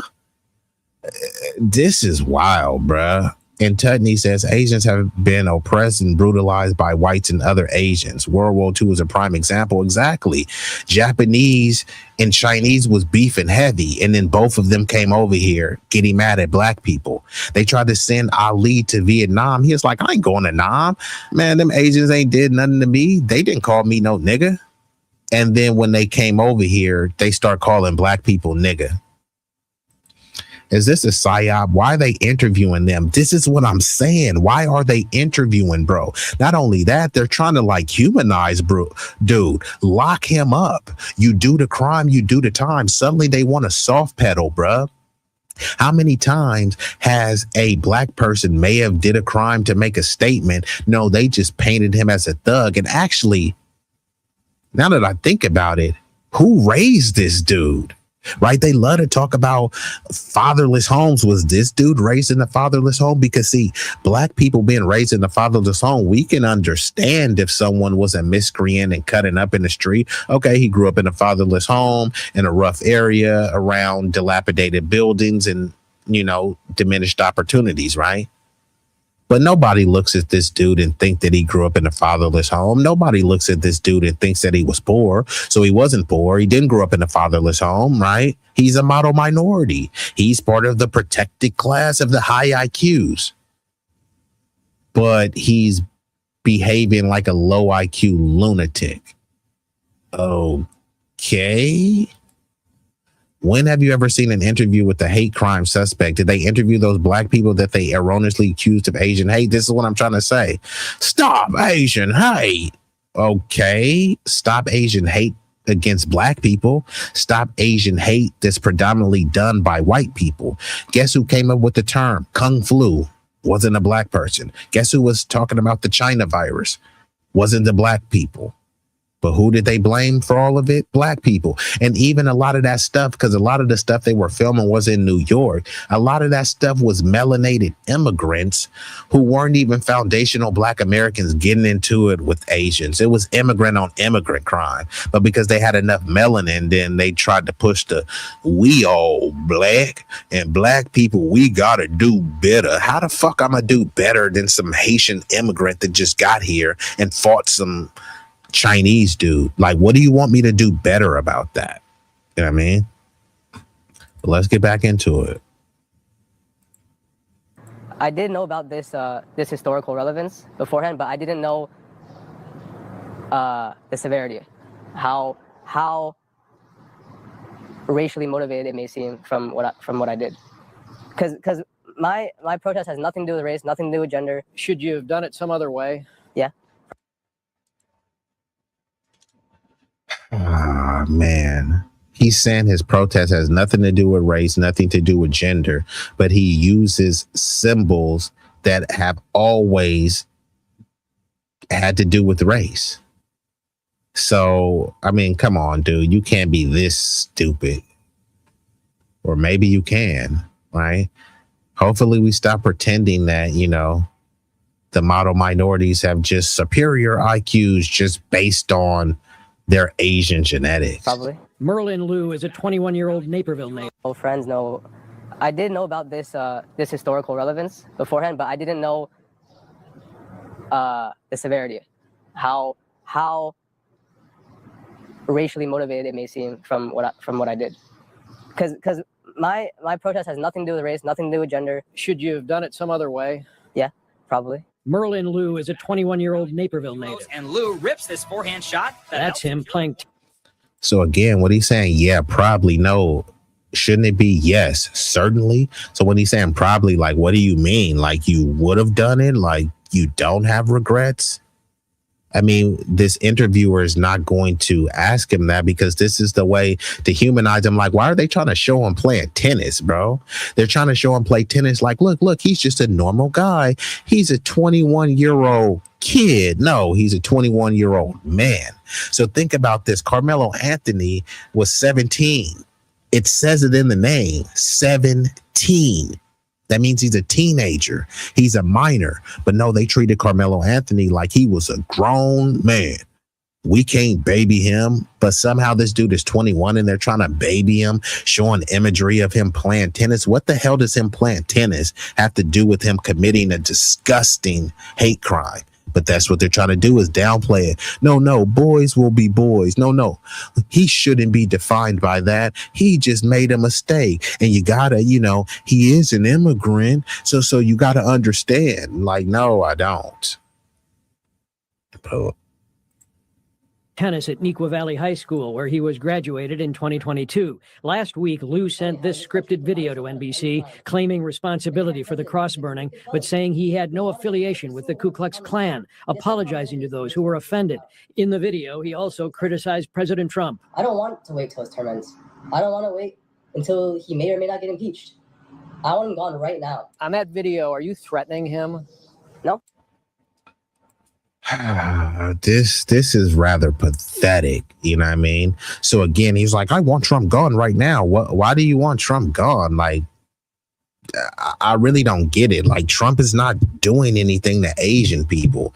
He's not saying anything about Asian people, right?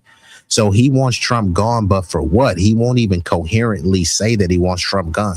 Now, I'm not a fan, a supporter of Trump. Didn't vote for him. Didn't vote for Biden. Didn't vote for Kamala. Didn't vote for Obama, right? All of these people are the same. You know what I mean? All of them are horrible, but I guess it's just varying degrees of how horrible they are. And that's up for individual interpretation, right? But let's just concede hypothetically and facetiously and just go and say that, hey, we understand what he was doing. We understand that he was trying to protest MAGA and Trump. What was that protest actually going to accomplish? Ooh, someone burned a cross. So now what? Trump should be scared? Really think about this. Trump was allegedly survived multiple assassination attempts, right? And that didn't change him. That didn't change his bigotry. That didn't change his buffoonery. But somehow burning a cross in a black neighborhood with the MAGA hat on it is somehow going to resonate with Trump, somehow going to what? Influence Trump to do what? What's the policy demand? Like, let's just say Trump was shook. Oh man, someone's burning hate crimes, right? You know what I mean? Someone's really sending a message. What is this dude expecting Trump to do? You know what I mean? He's not going to resign. This is his last term. So this story doesn't make any sense. He burned a cross in a black neighborhood to protest Trump, but there's no clear policy demand.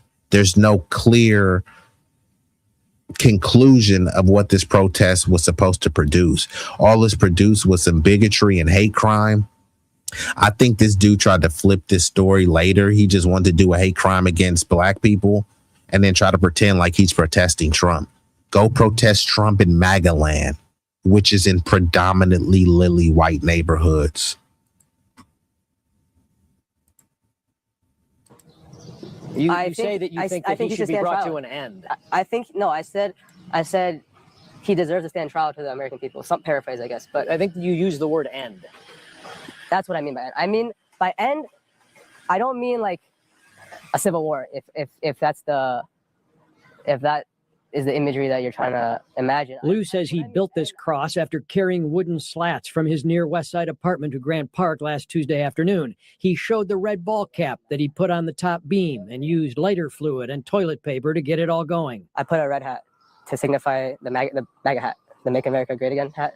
So that was, yeah, that's what I tied on top. But that's not visible in the one video that was taken by a motorist. Lou says he was protesting what he calls.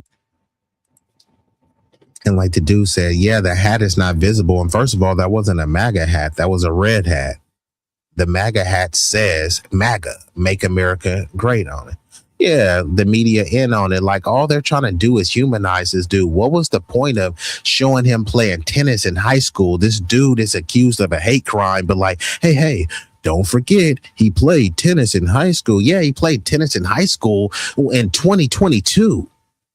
It's 2026. I don't give a fuck that he played in high school, and he probably was trash. Let's keep it a buck. He probably was trash. Like, that's why he was doing this type of stuff. Again, where the fuck was the MAGA hat? That was just a random red hat. And the dude said, hey, well, that hat wasn't visible from the first thing. And he's trying to act like, oh, yeah, I'm just protesting Trump. Bro, go protest Trump in your own neighborhood. You're Asian. Asians live in segregated enclaves. It's a bunch of Asians don't live by black people. They'll set up shop in a black neighborhood and they say, hey, we don't want to live next to you, niggas. So fine. Y'all don't want to live next to us. He wants to go protest MAGA. Go protest MAGA in your own neighborhood, bruh. And shout out to the hardest working mod on YouTube, Vibrant Low. And Vibrant, I'm about to get up out of here pretty soon, but I appreciate you sliding through. Yeah, it's just outright lying. And yeah, people should push for prosecution. I think he might have been charged with a hate crime. I don't know, but people really do need to push because this is just rather disgusting. If you did this to a Jewish person, you already know what would happen. If you did this to an undocumented immigrant who's not even a citizen, you already know what happened. But if you do it to a black person, it's like, well, nothing to see here. Whoopsie doo. Nah, lock this dude up. You do the crime, you do the time. And you're out of here, buddy. Lock him up. Get him up out of here. I don't want to hear this little cockamamie sob story. MAGA Christian nationalist supporters and the Trump administration ruling class. You're just scamming people. We're just scamming out of money. Right? And I think that's a great reflection of how this country works right now, where money controls everything. Money has power over healthcare. Money has power over transportation. Chicago police and the FBI have been... How many times have we said that money controls everything? Come on, bruh. I mean, we've heard this before. What is he saying that's so profound? Again, this is supposed to be a high IQ model minority, but what has he said that was so compelling and so captivating? He sounds like a little 12-year-old pipsqueak. Again, what we're supposed to assume? So he know that money controls everything, right? So how was him burning a cross in a black neighborhood going to change anything? He burns a cross in a black neighborhood, but guess what? Money still controls healthcare.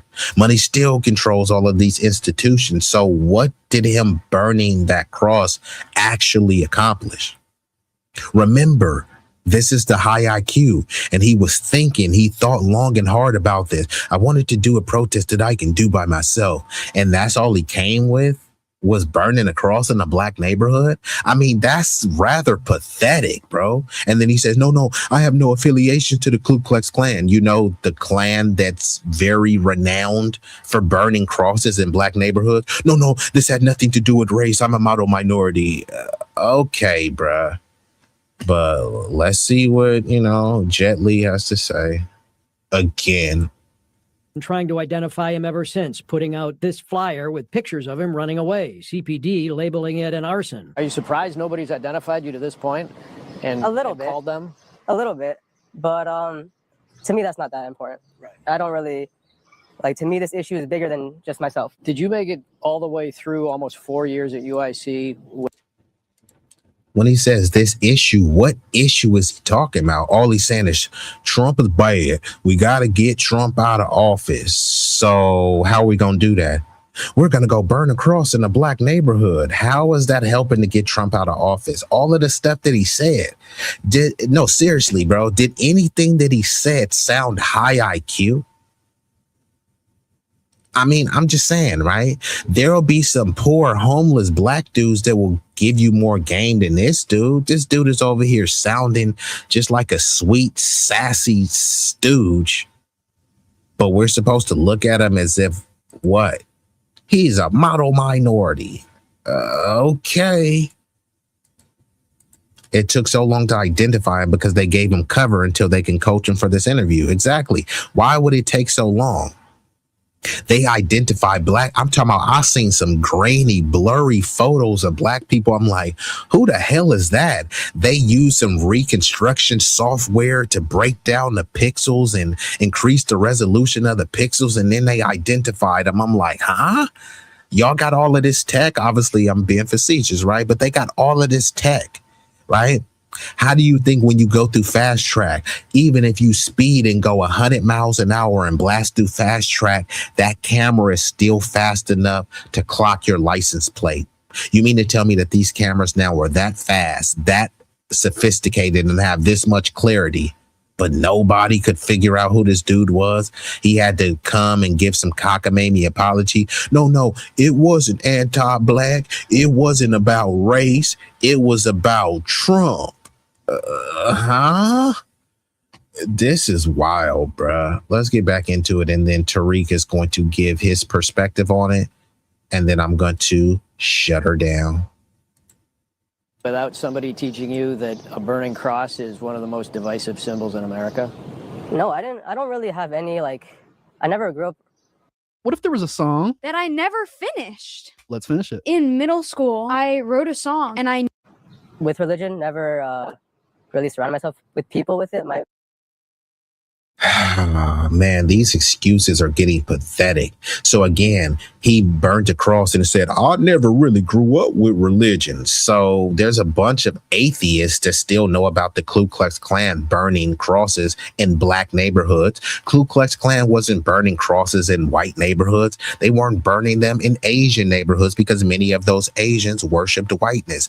They not only kissed the booty of white people, they spread the cheeks and licked the crack up and down and all around. But kissing is not enough with some of these people. They want to lick the crack as well. Fine, if that's what you want to do, just don't try to drag us down and disparage us just because you want to worship white booty hole. But again, this dude is over here pretending I had no idea. It's like, bro, sounds like you're kind of a low IQ individual, and that's okay because you can work on your IQ, but just stop pretending like these people are so smart. Is he pretending, or is he just pretending that he's not a bigot, right? Because this is the information age. It doesn't matter if you don't know. Within a push of a button, 30 seconds, you'll at least have some insight into anything that you don't know.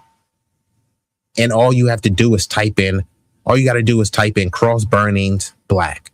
You don't even have to type in anything else. And I'm actually going to type it in and we'll see what it comes up with. But he's pretending, oh, no, I'm just not religion. I had no idea. You don't have to be religious to know about the bigotry of the Ku Klux Klan. Police and the FBI have been trying to identify him ever since, putting out this flyer with pictures of him running away. CPD labeling it an arson. Are you surprised nobody's identified you to this point? And A little bit. Called them? A little bit. But to me, that's not that important. Right. I don't really, to me, this issue is bigger than just myself. Did you make it all the way through almost 4 years at UIC without somebody teaching you that a burning cross is one of the most divisive symbols in America?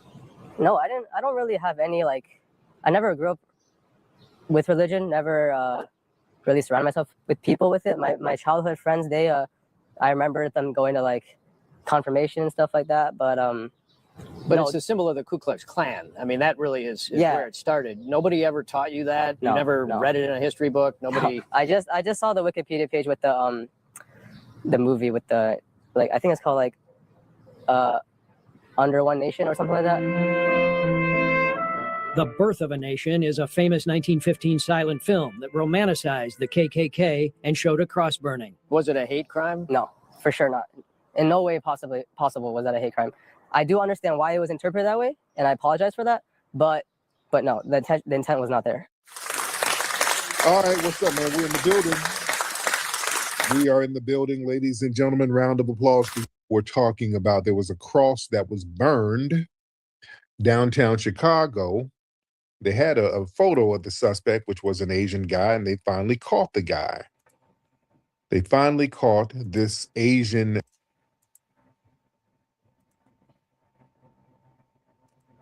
So Tudney says you don't even have to type in black, just type in cross burning. Yeah, I was just typing in because sometimes if you don't type in black now, because there's this ethnic erasure.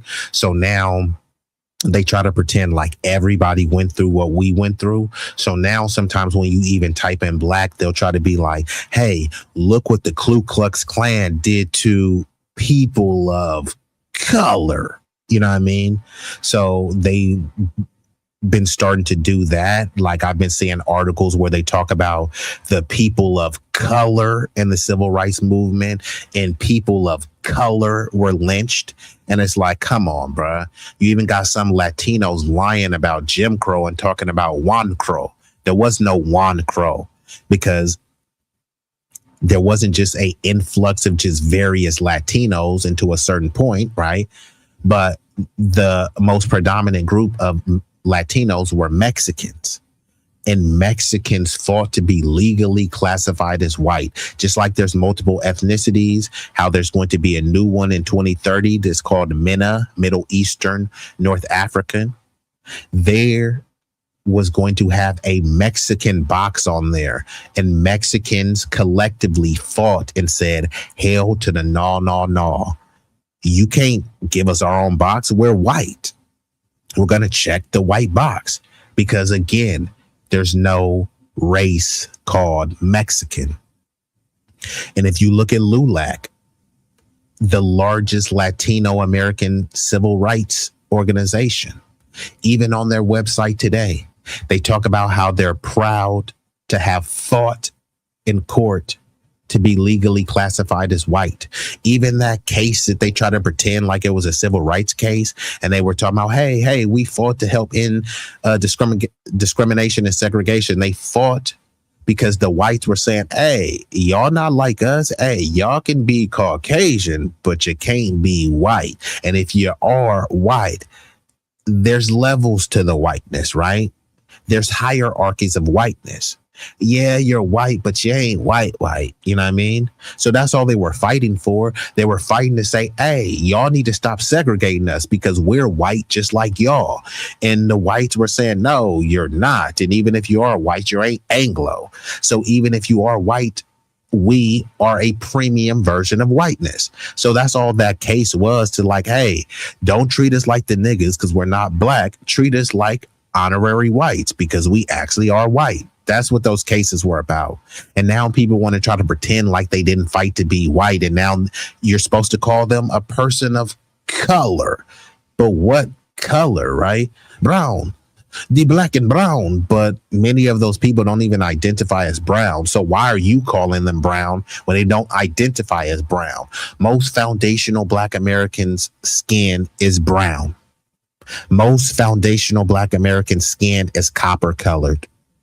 We are the brown ones. We are the yellow ones. We are the red ones, right? So again, what color are these other people? What yellow Asians do you know? There's a bunch of yellow, red bone black people that you know, but what yellow Asians do you know? How many brown Latinos do you know? Yeah, you know some, but those some that you know don't even identify as brown. They identify by their nation. It's only them trying to get a bunch of goofy Sambos to try to talk about the black and brown. You don't hear Latinos talk about black and brown. They have concepts like mejoró la raza, lighten, brighten, and whiten the race. It don't say brown the race. It says whiten the race. So how are we going to have a coalition with some black and brown when the brown is trying to be white? And many of the browns actually racially are white. So again, how are they people of color again? Donald Trump, they call him the orange man, even though he's white. So Donald Trump, a orange white man, is darker than many of these Asians. But I'm supposed to call them people of color, even though there's some white people that are darker than them. They got these lily white K-pop people, and they say, yeah, they're Korean, so they're Asian. So that means they're people of color because Asians are people of color. No one thinks a pale-skinned Korean is a person of color. And fine, if you do think that they are, what color are they? No one could ever answer this. You can answer a SAT question. You can get into an Ivy League school. You can get a master's and a PhD, but you can't tell me what color these Asians are? Okay. Look like Fei Long from Street Fighter 2. Don't do Fei Long like that. I liked Fei Long. He better go watch K-pop and sit down. Yeah, I mean, all that is just a rip-off rip off of foundational Black American R&B, it can't be clearer that he's a liar. I can tell you exactly how this incident started. A group of Asians, or Asian whites and Hispanic, sat around talking about us. One said, bro, we should burn the cross. Yeah, but this dude said he did this by himself. And remember, all of this stuff is to protest Trump. Clearly, and this shows you how pathetic those mainstream, lamestream interviewers are. No one asked them, okay, how does this affect Trump? Let's just say I agree with it. Fine. You know, y'all stop being triggered. So what did he burn the cross? Let's just say that I agree with it. Okay, what did that accomplish? He brought up some stuff, man, you know, money runs the world. And okay, cool. Burning the cross in a Black neighborhood. How is that going to get money out of politics? I'm just saying, like, bro, this is very pathetic. Now, you would expect this from some low IQ thug in the hood who grew up without a father. But nobody thinks that this Asian dude grew up without a father or without a silver spoon. So he grew up with all of the advantages and still is a low IQ lunatic and loser. But let's see what Tariq has to say about this before I shut her down. Gentleman who was sitting up here burning a cross in the middle of Chicago. The guy's name was Merlin Liu. He was charged with hate crimes because he burned a cross in a public park. This was at Chicago's Grant Park. So he built this big old wooden cross from 2 planks of wood using hammers and nails, wrapped it in toilet paper, and he doused it with like a gallon of kerosene. Then he put a MAGA-style hat on top of it, propped it up against a tree, and set it on fire in broad daylight. And there were people who were filming this. They filmed it. The fire department came and they extinguished it. But they later identified Merlin Liu through facial recognition. They use facial recognition technology. We'll go back to that in a minute. But he got arrested. So yeah, it wasn't that somebody said, hey, look, man, I know who that is. They used AI to identify him. Now, people can be fascinated. Oh my God, that's amazing what AI can do. However, it doesn't always get it right. Because that's the whole thing, right? When the trope with Asians, oh, look at their slanted eyes. They all look the same. Well, they say a lot of that stuff about Black people too, right? So, and then sometimes the AI will take a white person and say, yep, it was a Black person. Or some of these people will just misinterpret the AI and say, yeah, well, you know, if the shoe fits, we gonna lock you up. But yeah, the shoe doesn't fit, right? And if the shoe doesn't fit, you must acquit. So yeah, that's where we're at, right? When they start propping up all of these cameras in your neighborhood, it's not for traffic stops. It's not for red light tickets, right? It's for something more sinister, right? They have no money suddenly, right, for these poor neighborhoods. They have no money to enrich those poor neighborhoods, but they do have money for surveillance in those neighborhoods, right? That they do have. And then they talk, but every year they talk about crime is bad. What about crime? It's like, hold on, y'all have more weapons, you got more money, you have more cameras, but you're solving less crime. Then they'll put out reports and talk about crime is down in its lowest in 30 years. But you spent the last 3 years talking about how bad crime was. What about crime? What about crime? What about Black on Black crime? Nobody thinks crime in Chicago is as bad as it was when there was the Cabrini Green projects. Nobody truly thinks that crime is as bad as it was in the early 90s, the height of the Crips and Bloods and stuff, right? All of these things have dissipated, diminished, or just been utterly destroyed. But every year we have to pretend as if, what about Black on Black crime? As if it's just complete out of control and it's just a war zone. But then you crunch the numbers, you're like, oh, damn, crime is actually going down. Tell the media that. Oh, snap. We've been joined by the illustrious Shakim. What it do? Hey, Shakim, I'm surprised you over here, man, because I know you be, dodging bullets, dodging strays, but, you ain't ducking no smoke. So I appreciate that. Salute to Cowboy Ra. But let's get back into it. But I ain't gonna be here for too much longer. I'm gonna just play a little bit more, and then we will be up out of here. But unfortunately, we just gotta snap out of it. Individually, there are some great people of every racial and cultural background. I got some white people that have held me down and that have shown me more love than some black people. But I don't look and see like because this individual or this coterie of whites or Asians or whatever ethnic or racial group, because they hold me down, that means that their collective community is gonna represent, and support me. It just doesn't work like that.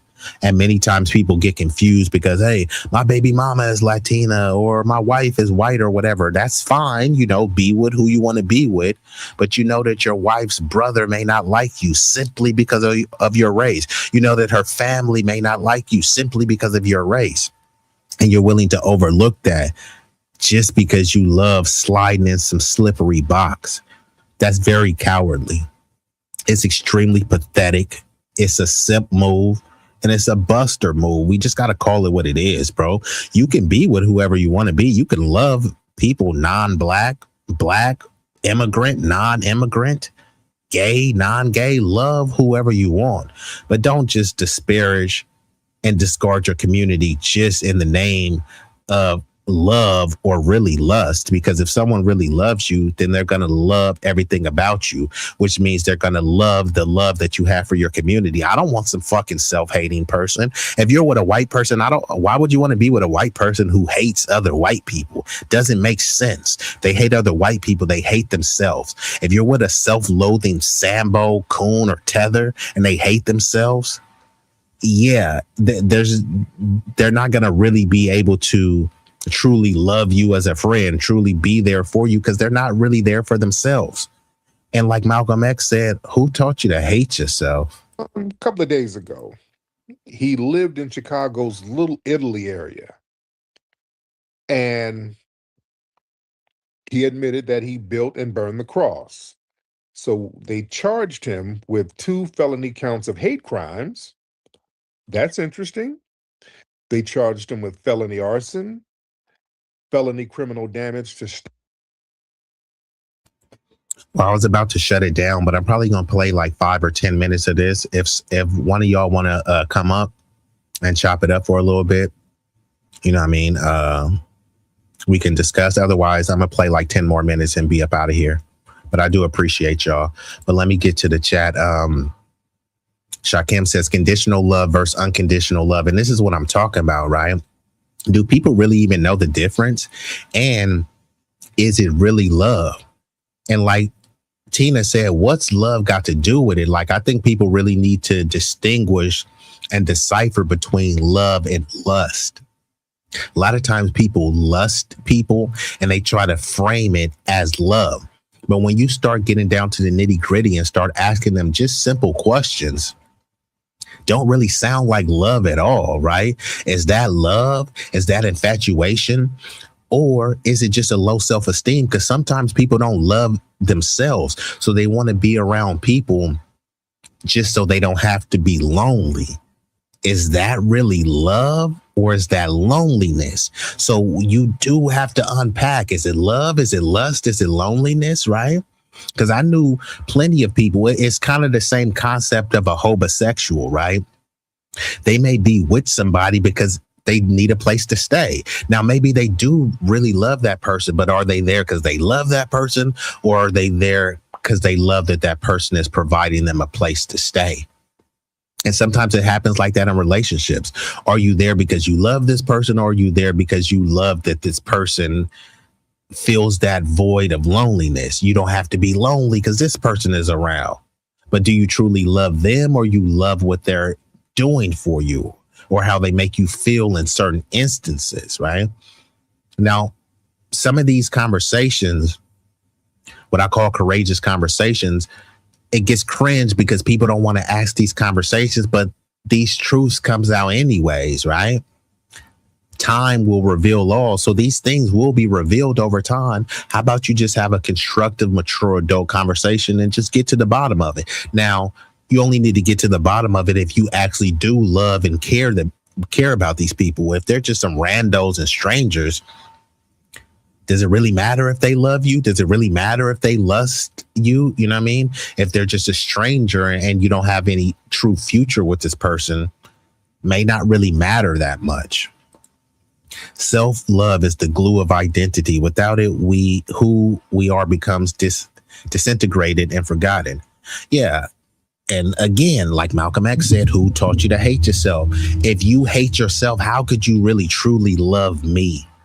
And then if you hate yourself, but you love me, I mean, I'm going to have to engage in some sort of reclamation project to ensure that you love yourself, right?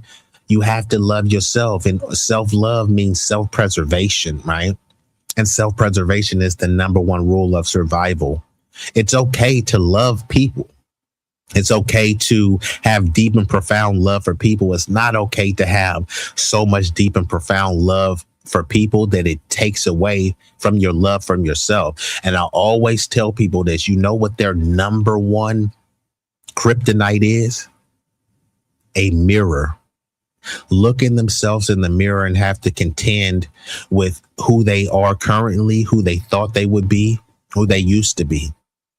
If somebody was the high school athlete and they used to be top of the sport and they had a six pack and was chiseled and all this stuff, and now they got a beer belly dad bod, you know what I mean? And they probably can't even see their Johnson, you know what I mean? That's a tough thing for some people to contend with. And rather than contend with it, some people, they drown themselves in a bottle, drown themselves in drama, et cetera, right? Same thing with a beautiful girl who was a prom queen. Now she had a few kids, you know, the titties is sagging to the floor. You know what I mean? It's a lot. You know what I mean? And Frank Nitty, you already asked me about the cop shooting, so I don't. Yeah, you already asked me that, but I'm not gonna get too much into that. I mean, I'm waiting until more of it plays out. But like, yeah, I mean, obviously it was wrong though. But you said they admire and are fascinated by and fetishize FBA. They don't love us. Correct. Yeah, it's a form of lust.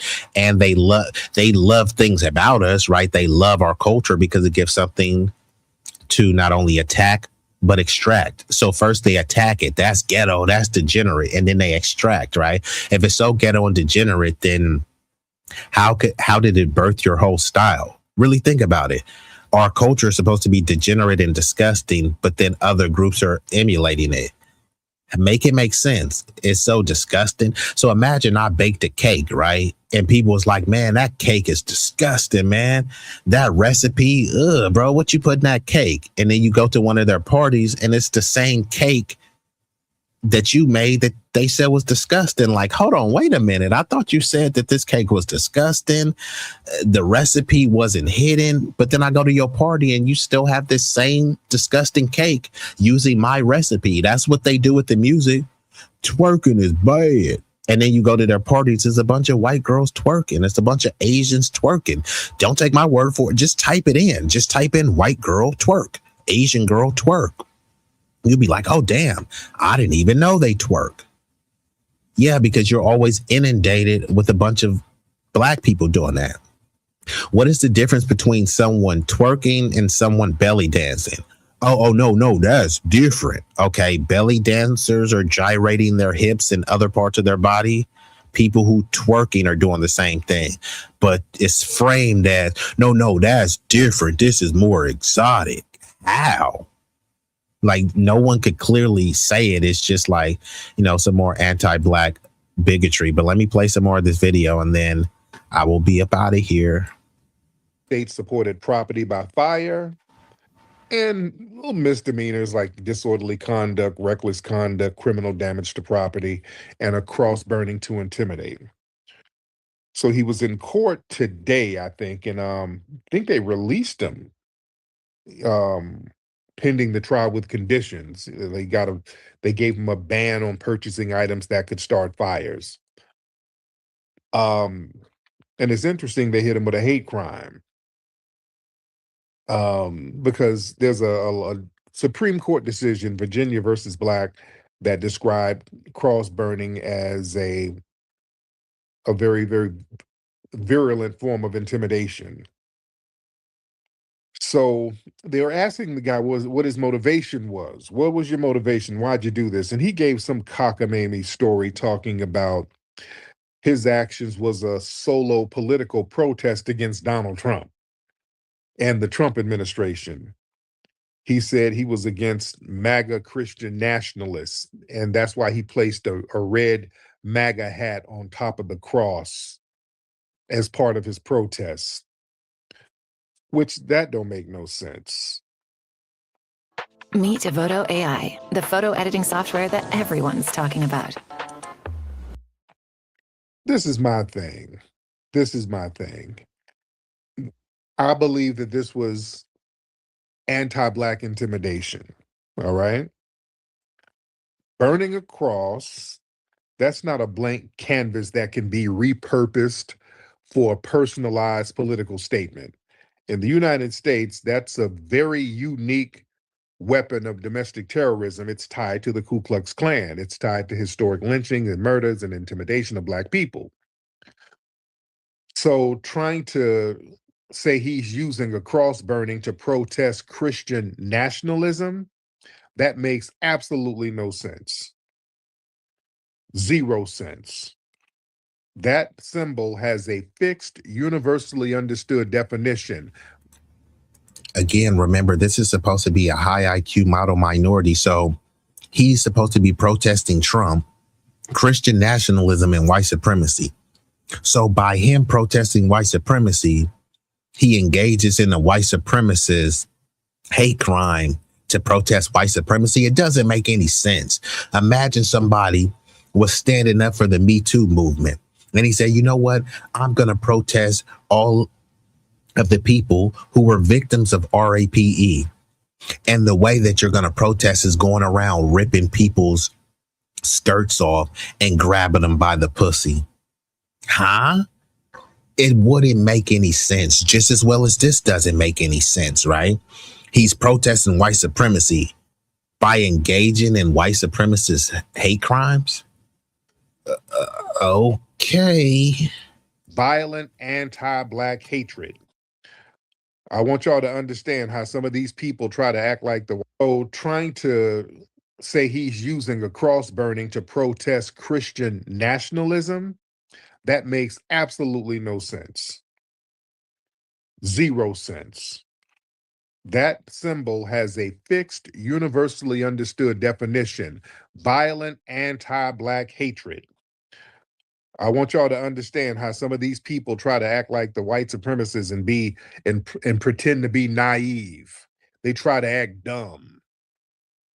No, there's an implausibility for these Gen Zers to be that naive. This guy's 21 years old. He's a chemistry student. I think he attended the University of Illinois, Chicago. So claiming he didn't know the severity of the racial motivations associated with burning a cross, that's no. I don't believe that. In the modern information age, the cultural footprint of burning a cross, that's taught in basic grade school history. That's depicted in countless films. That is universally recognized as the ultimate hate symbol. So trying to feign ignorance, that's a tactic by bad actors who try to test boundaries. They try to provoke outrage and then try to retreat behind this shield of youthful incompetence that they don't know any better. And all of that putting a MAGA hat on the cross, that literally makes no damn sense whatsoever. Talking about he was trying to target Donald Trump's base, using a premier hate symbol of white supremacy to protest a white conservative. Symbolically, that makes 0 sense, ladies and gentlemen. If anything, combining a MAGA hat with a cross burning, that's not a protest against the political right. That's like an endorsement of it. You know, you're endorsing that. They try to play dumb.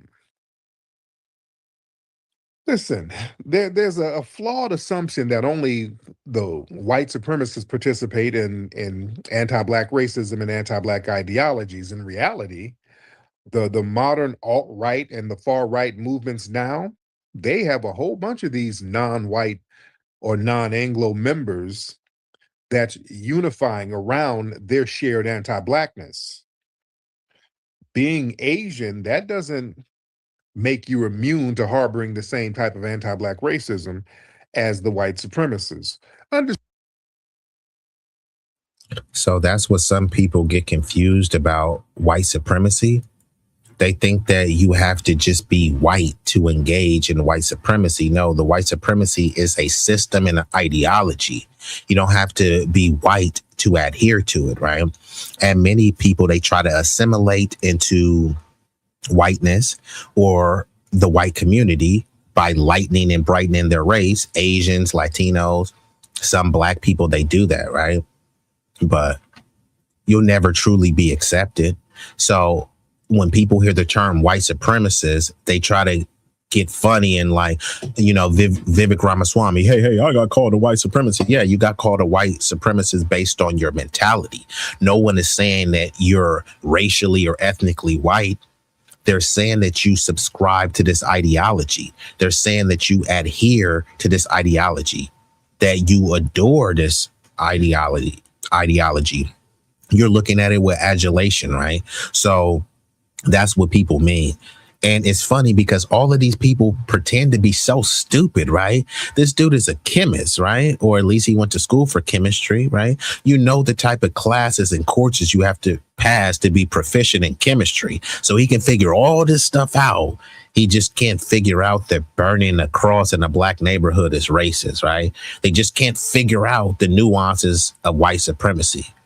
But again, these people are the high IQs. What does it matter how high your IQ is and how good you tested on a score if you're so stupid that you don't know about the historical atrocities of hatred and anti-black vitriol in this country?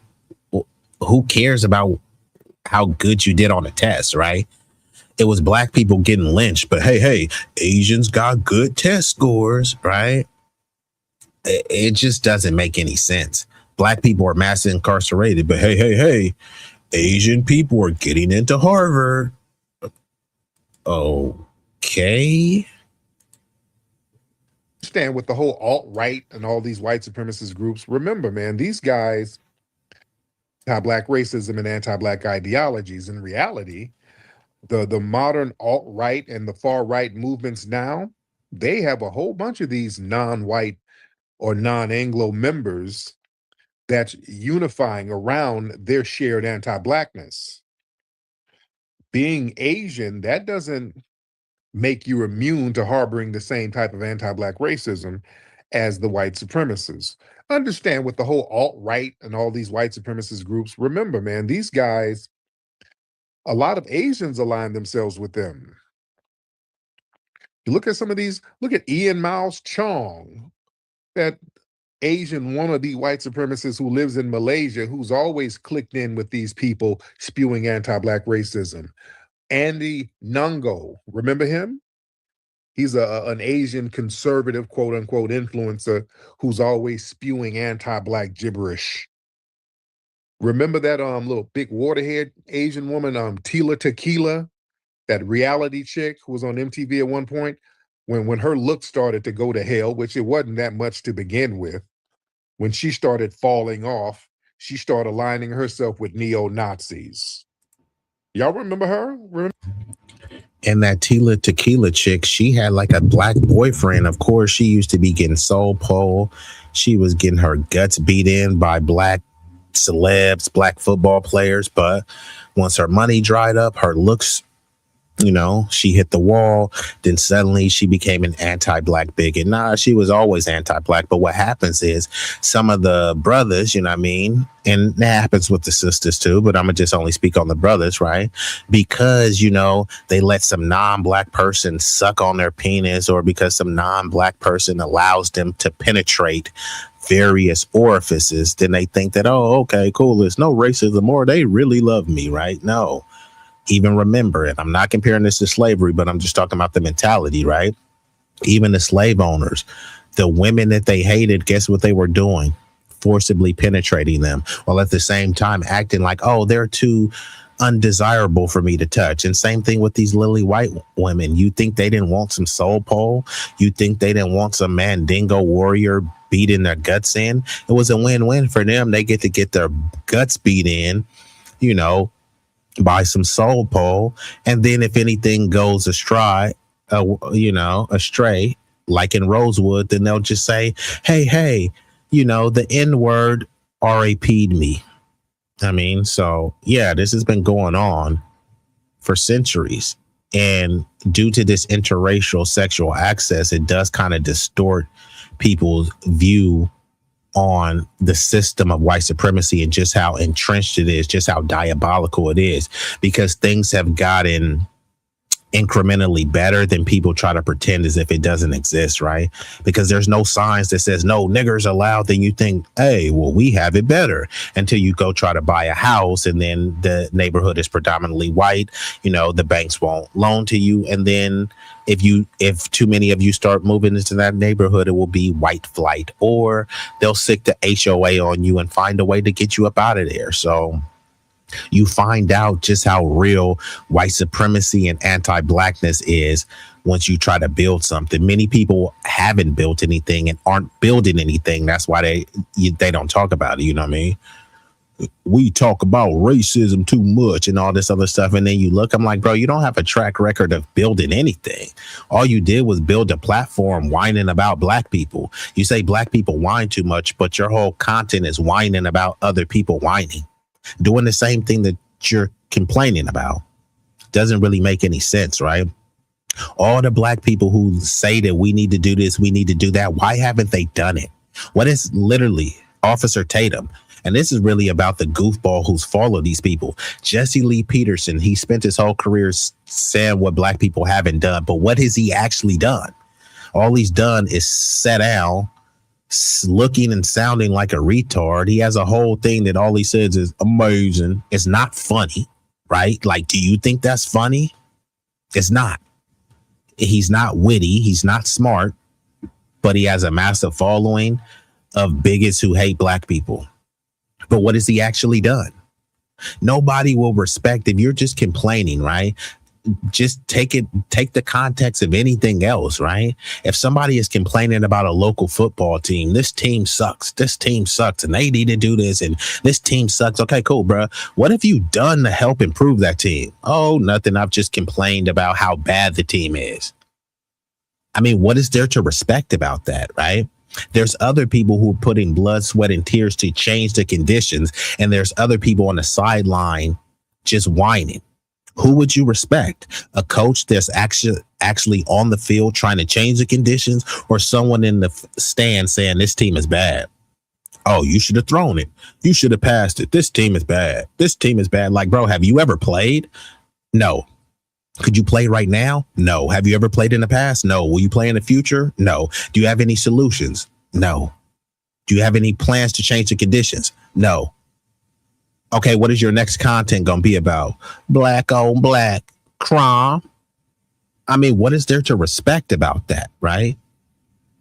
It just doesn't make any sense, right? And that's more of a victim mindset than anything. If the black community is so low IQ and we're at the bottom and failing, then that means you're at the top. Why are you looking back down to the people who are at the bottom? Aren't you so far ahead of us that you wouldn't even be thinking about us?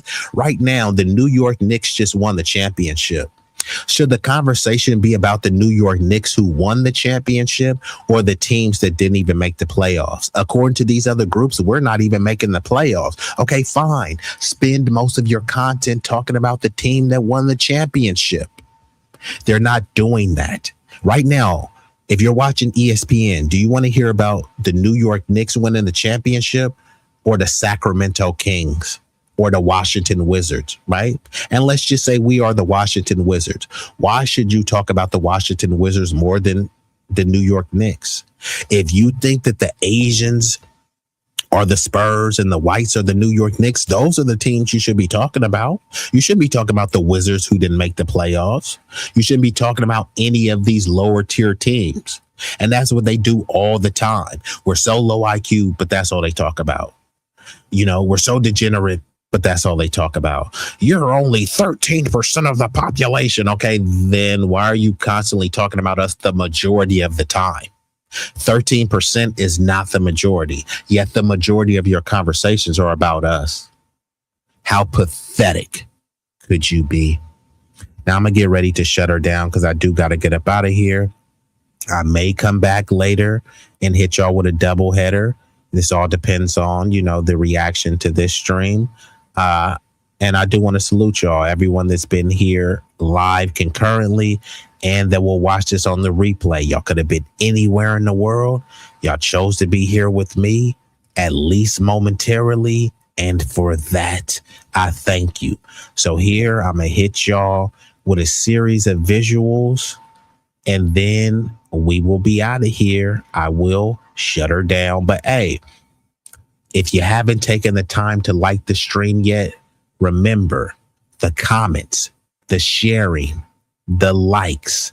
It won't cost you a fee. They all are free.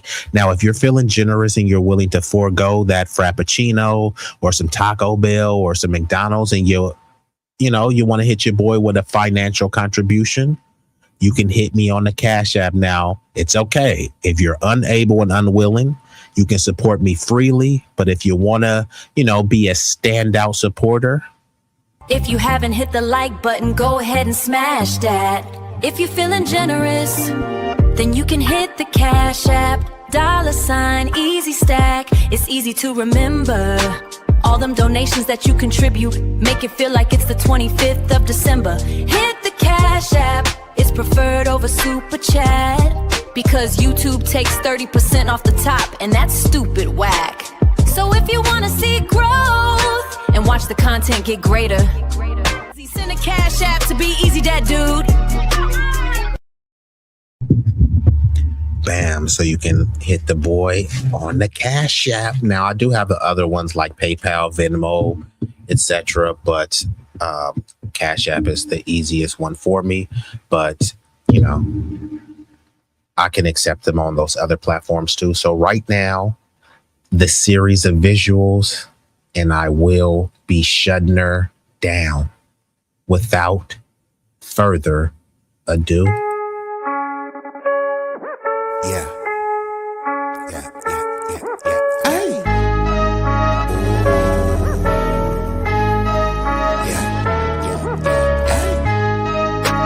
B-Eazy Dat Dude,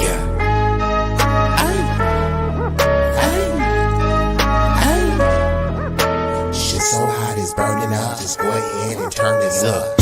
I bring the pain like an aftermath of a car wreck. There's a lot of niggas that say they real. To me, that shit is far-fetched. Them cats is pussy. They really is on some feminine stuff. I ride up on them with the 40 ounces. The definition of adrenaline rush. What it do is sweet like cinnamon puffer. My niggas is rough like pillow pads. Grew about on Mary Mac, but I used to hang on Willow Pass. These birds that I roll with, outcasts and misfits. For the zip lips so you get hit when the fifth spit. Flat line of your hit. Trap habits is black magic, no voodoo. Get the bands like boo-coo. For the cocaine and go boo-coo. Most these niggas is foo-foo, so I'm shitting on them like doo-doo. I can't fuck with y'all like tofu. I'm just saying, man, like Goku. Bad bitches at the house with me watching Netflix on Roku. Fuck them both at the same time, and I swear to God it was so cool. Street legend, real boss, I call shots cause I'm still saucy. I know some G's to the bike crack on Chirac and then fly back out to Mill. When they hear me flow, they say I be burning up, burning up. Cookie to the draw is what we burning up, burning up. What you ain't know, oh, we burning up, burning up. This shit so hot, it's burning up. Just go ahead and turn this up. When you hear me flow, say I be burning up, burning up. Cookie to the draw is what we burning up, burning up. What you ain't know, oh, we burning up, burning up. This shit so hot, it's burning up. Just go ahead and turn this up.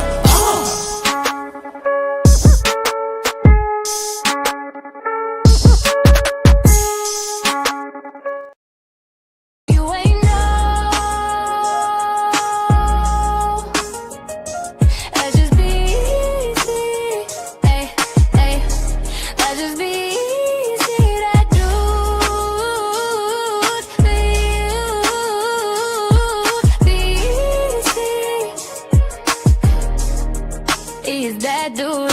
You hear me, you feel me, ooh, ooh. B-Eazy Dat Dude, yeah. B-Eazy.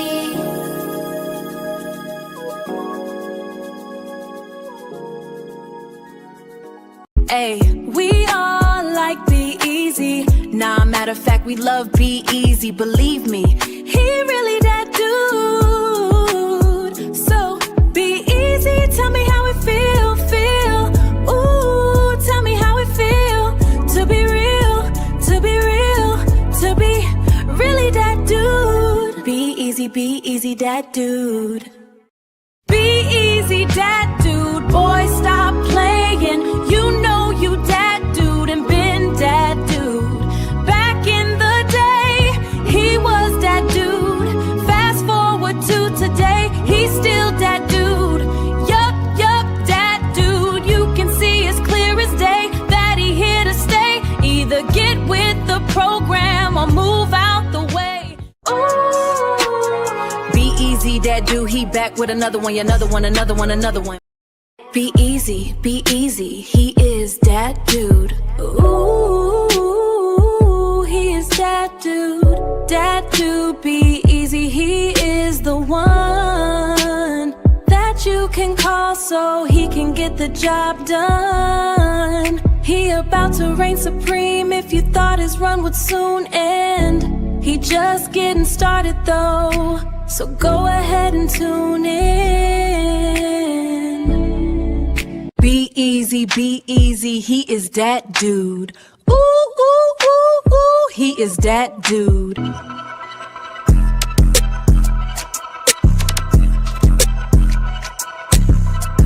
If you feel the vibe, like, share, and subscribe. We growing on this journey. Come and take a ride. If you wanna slide with that dude, B-Eazy. We going all the way to the top, believe me. All the way to the top, believe me.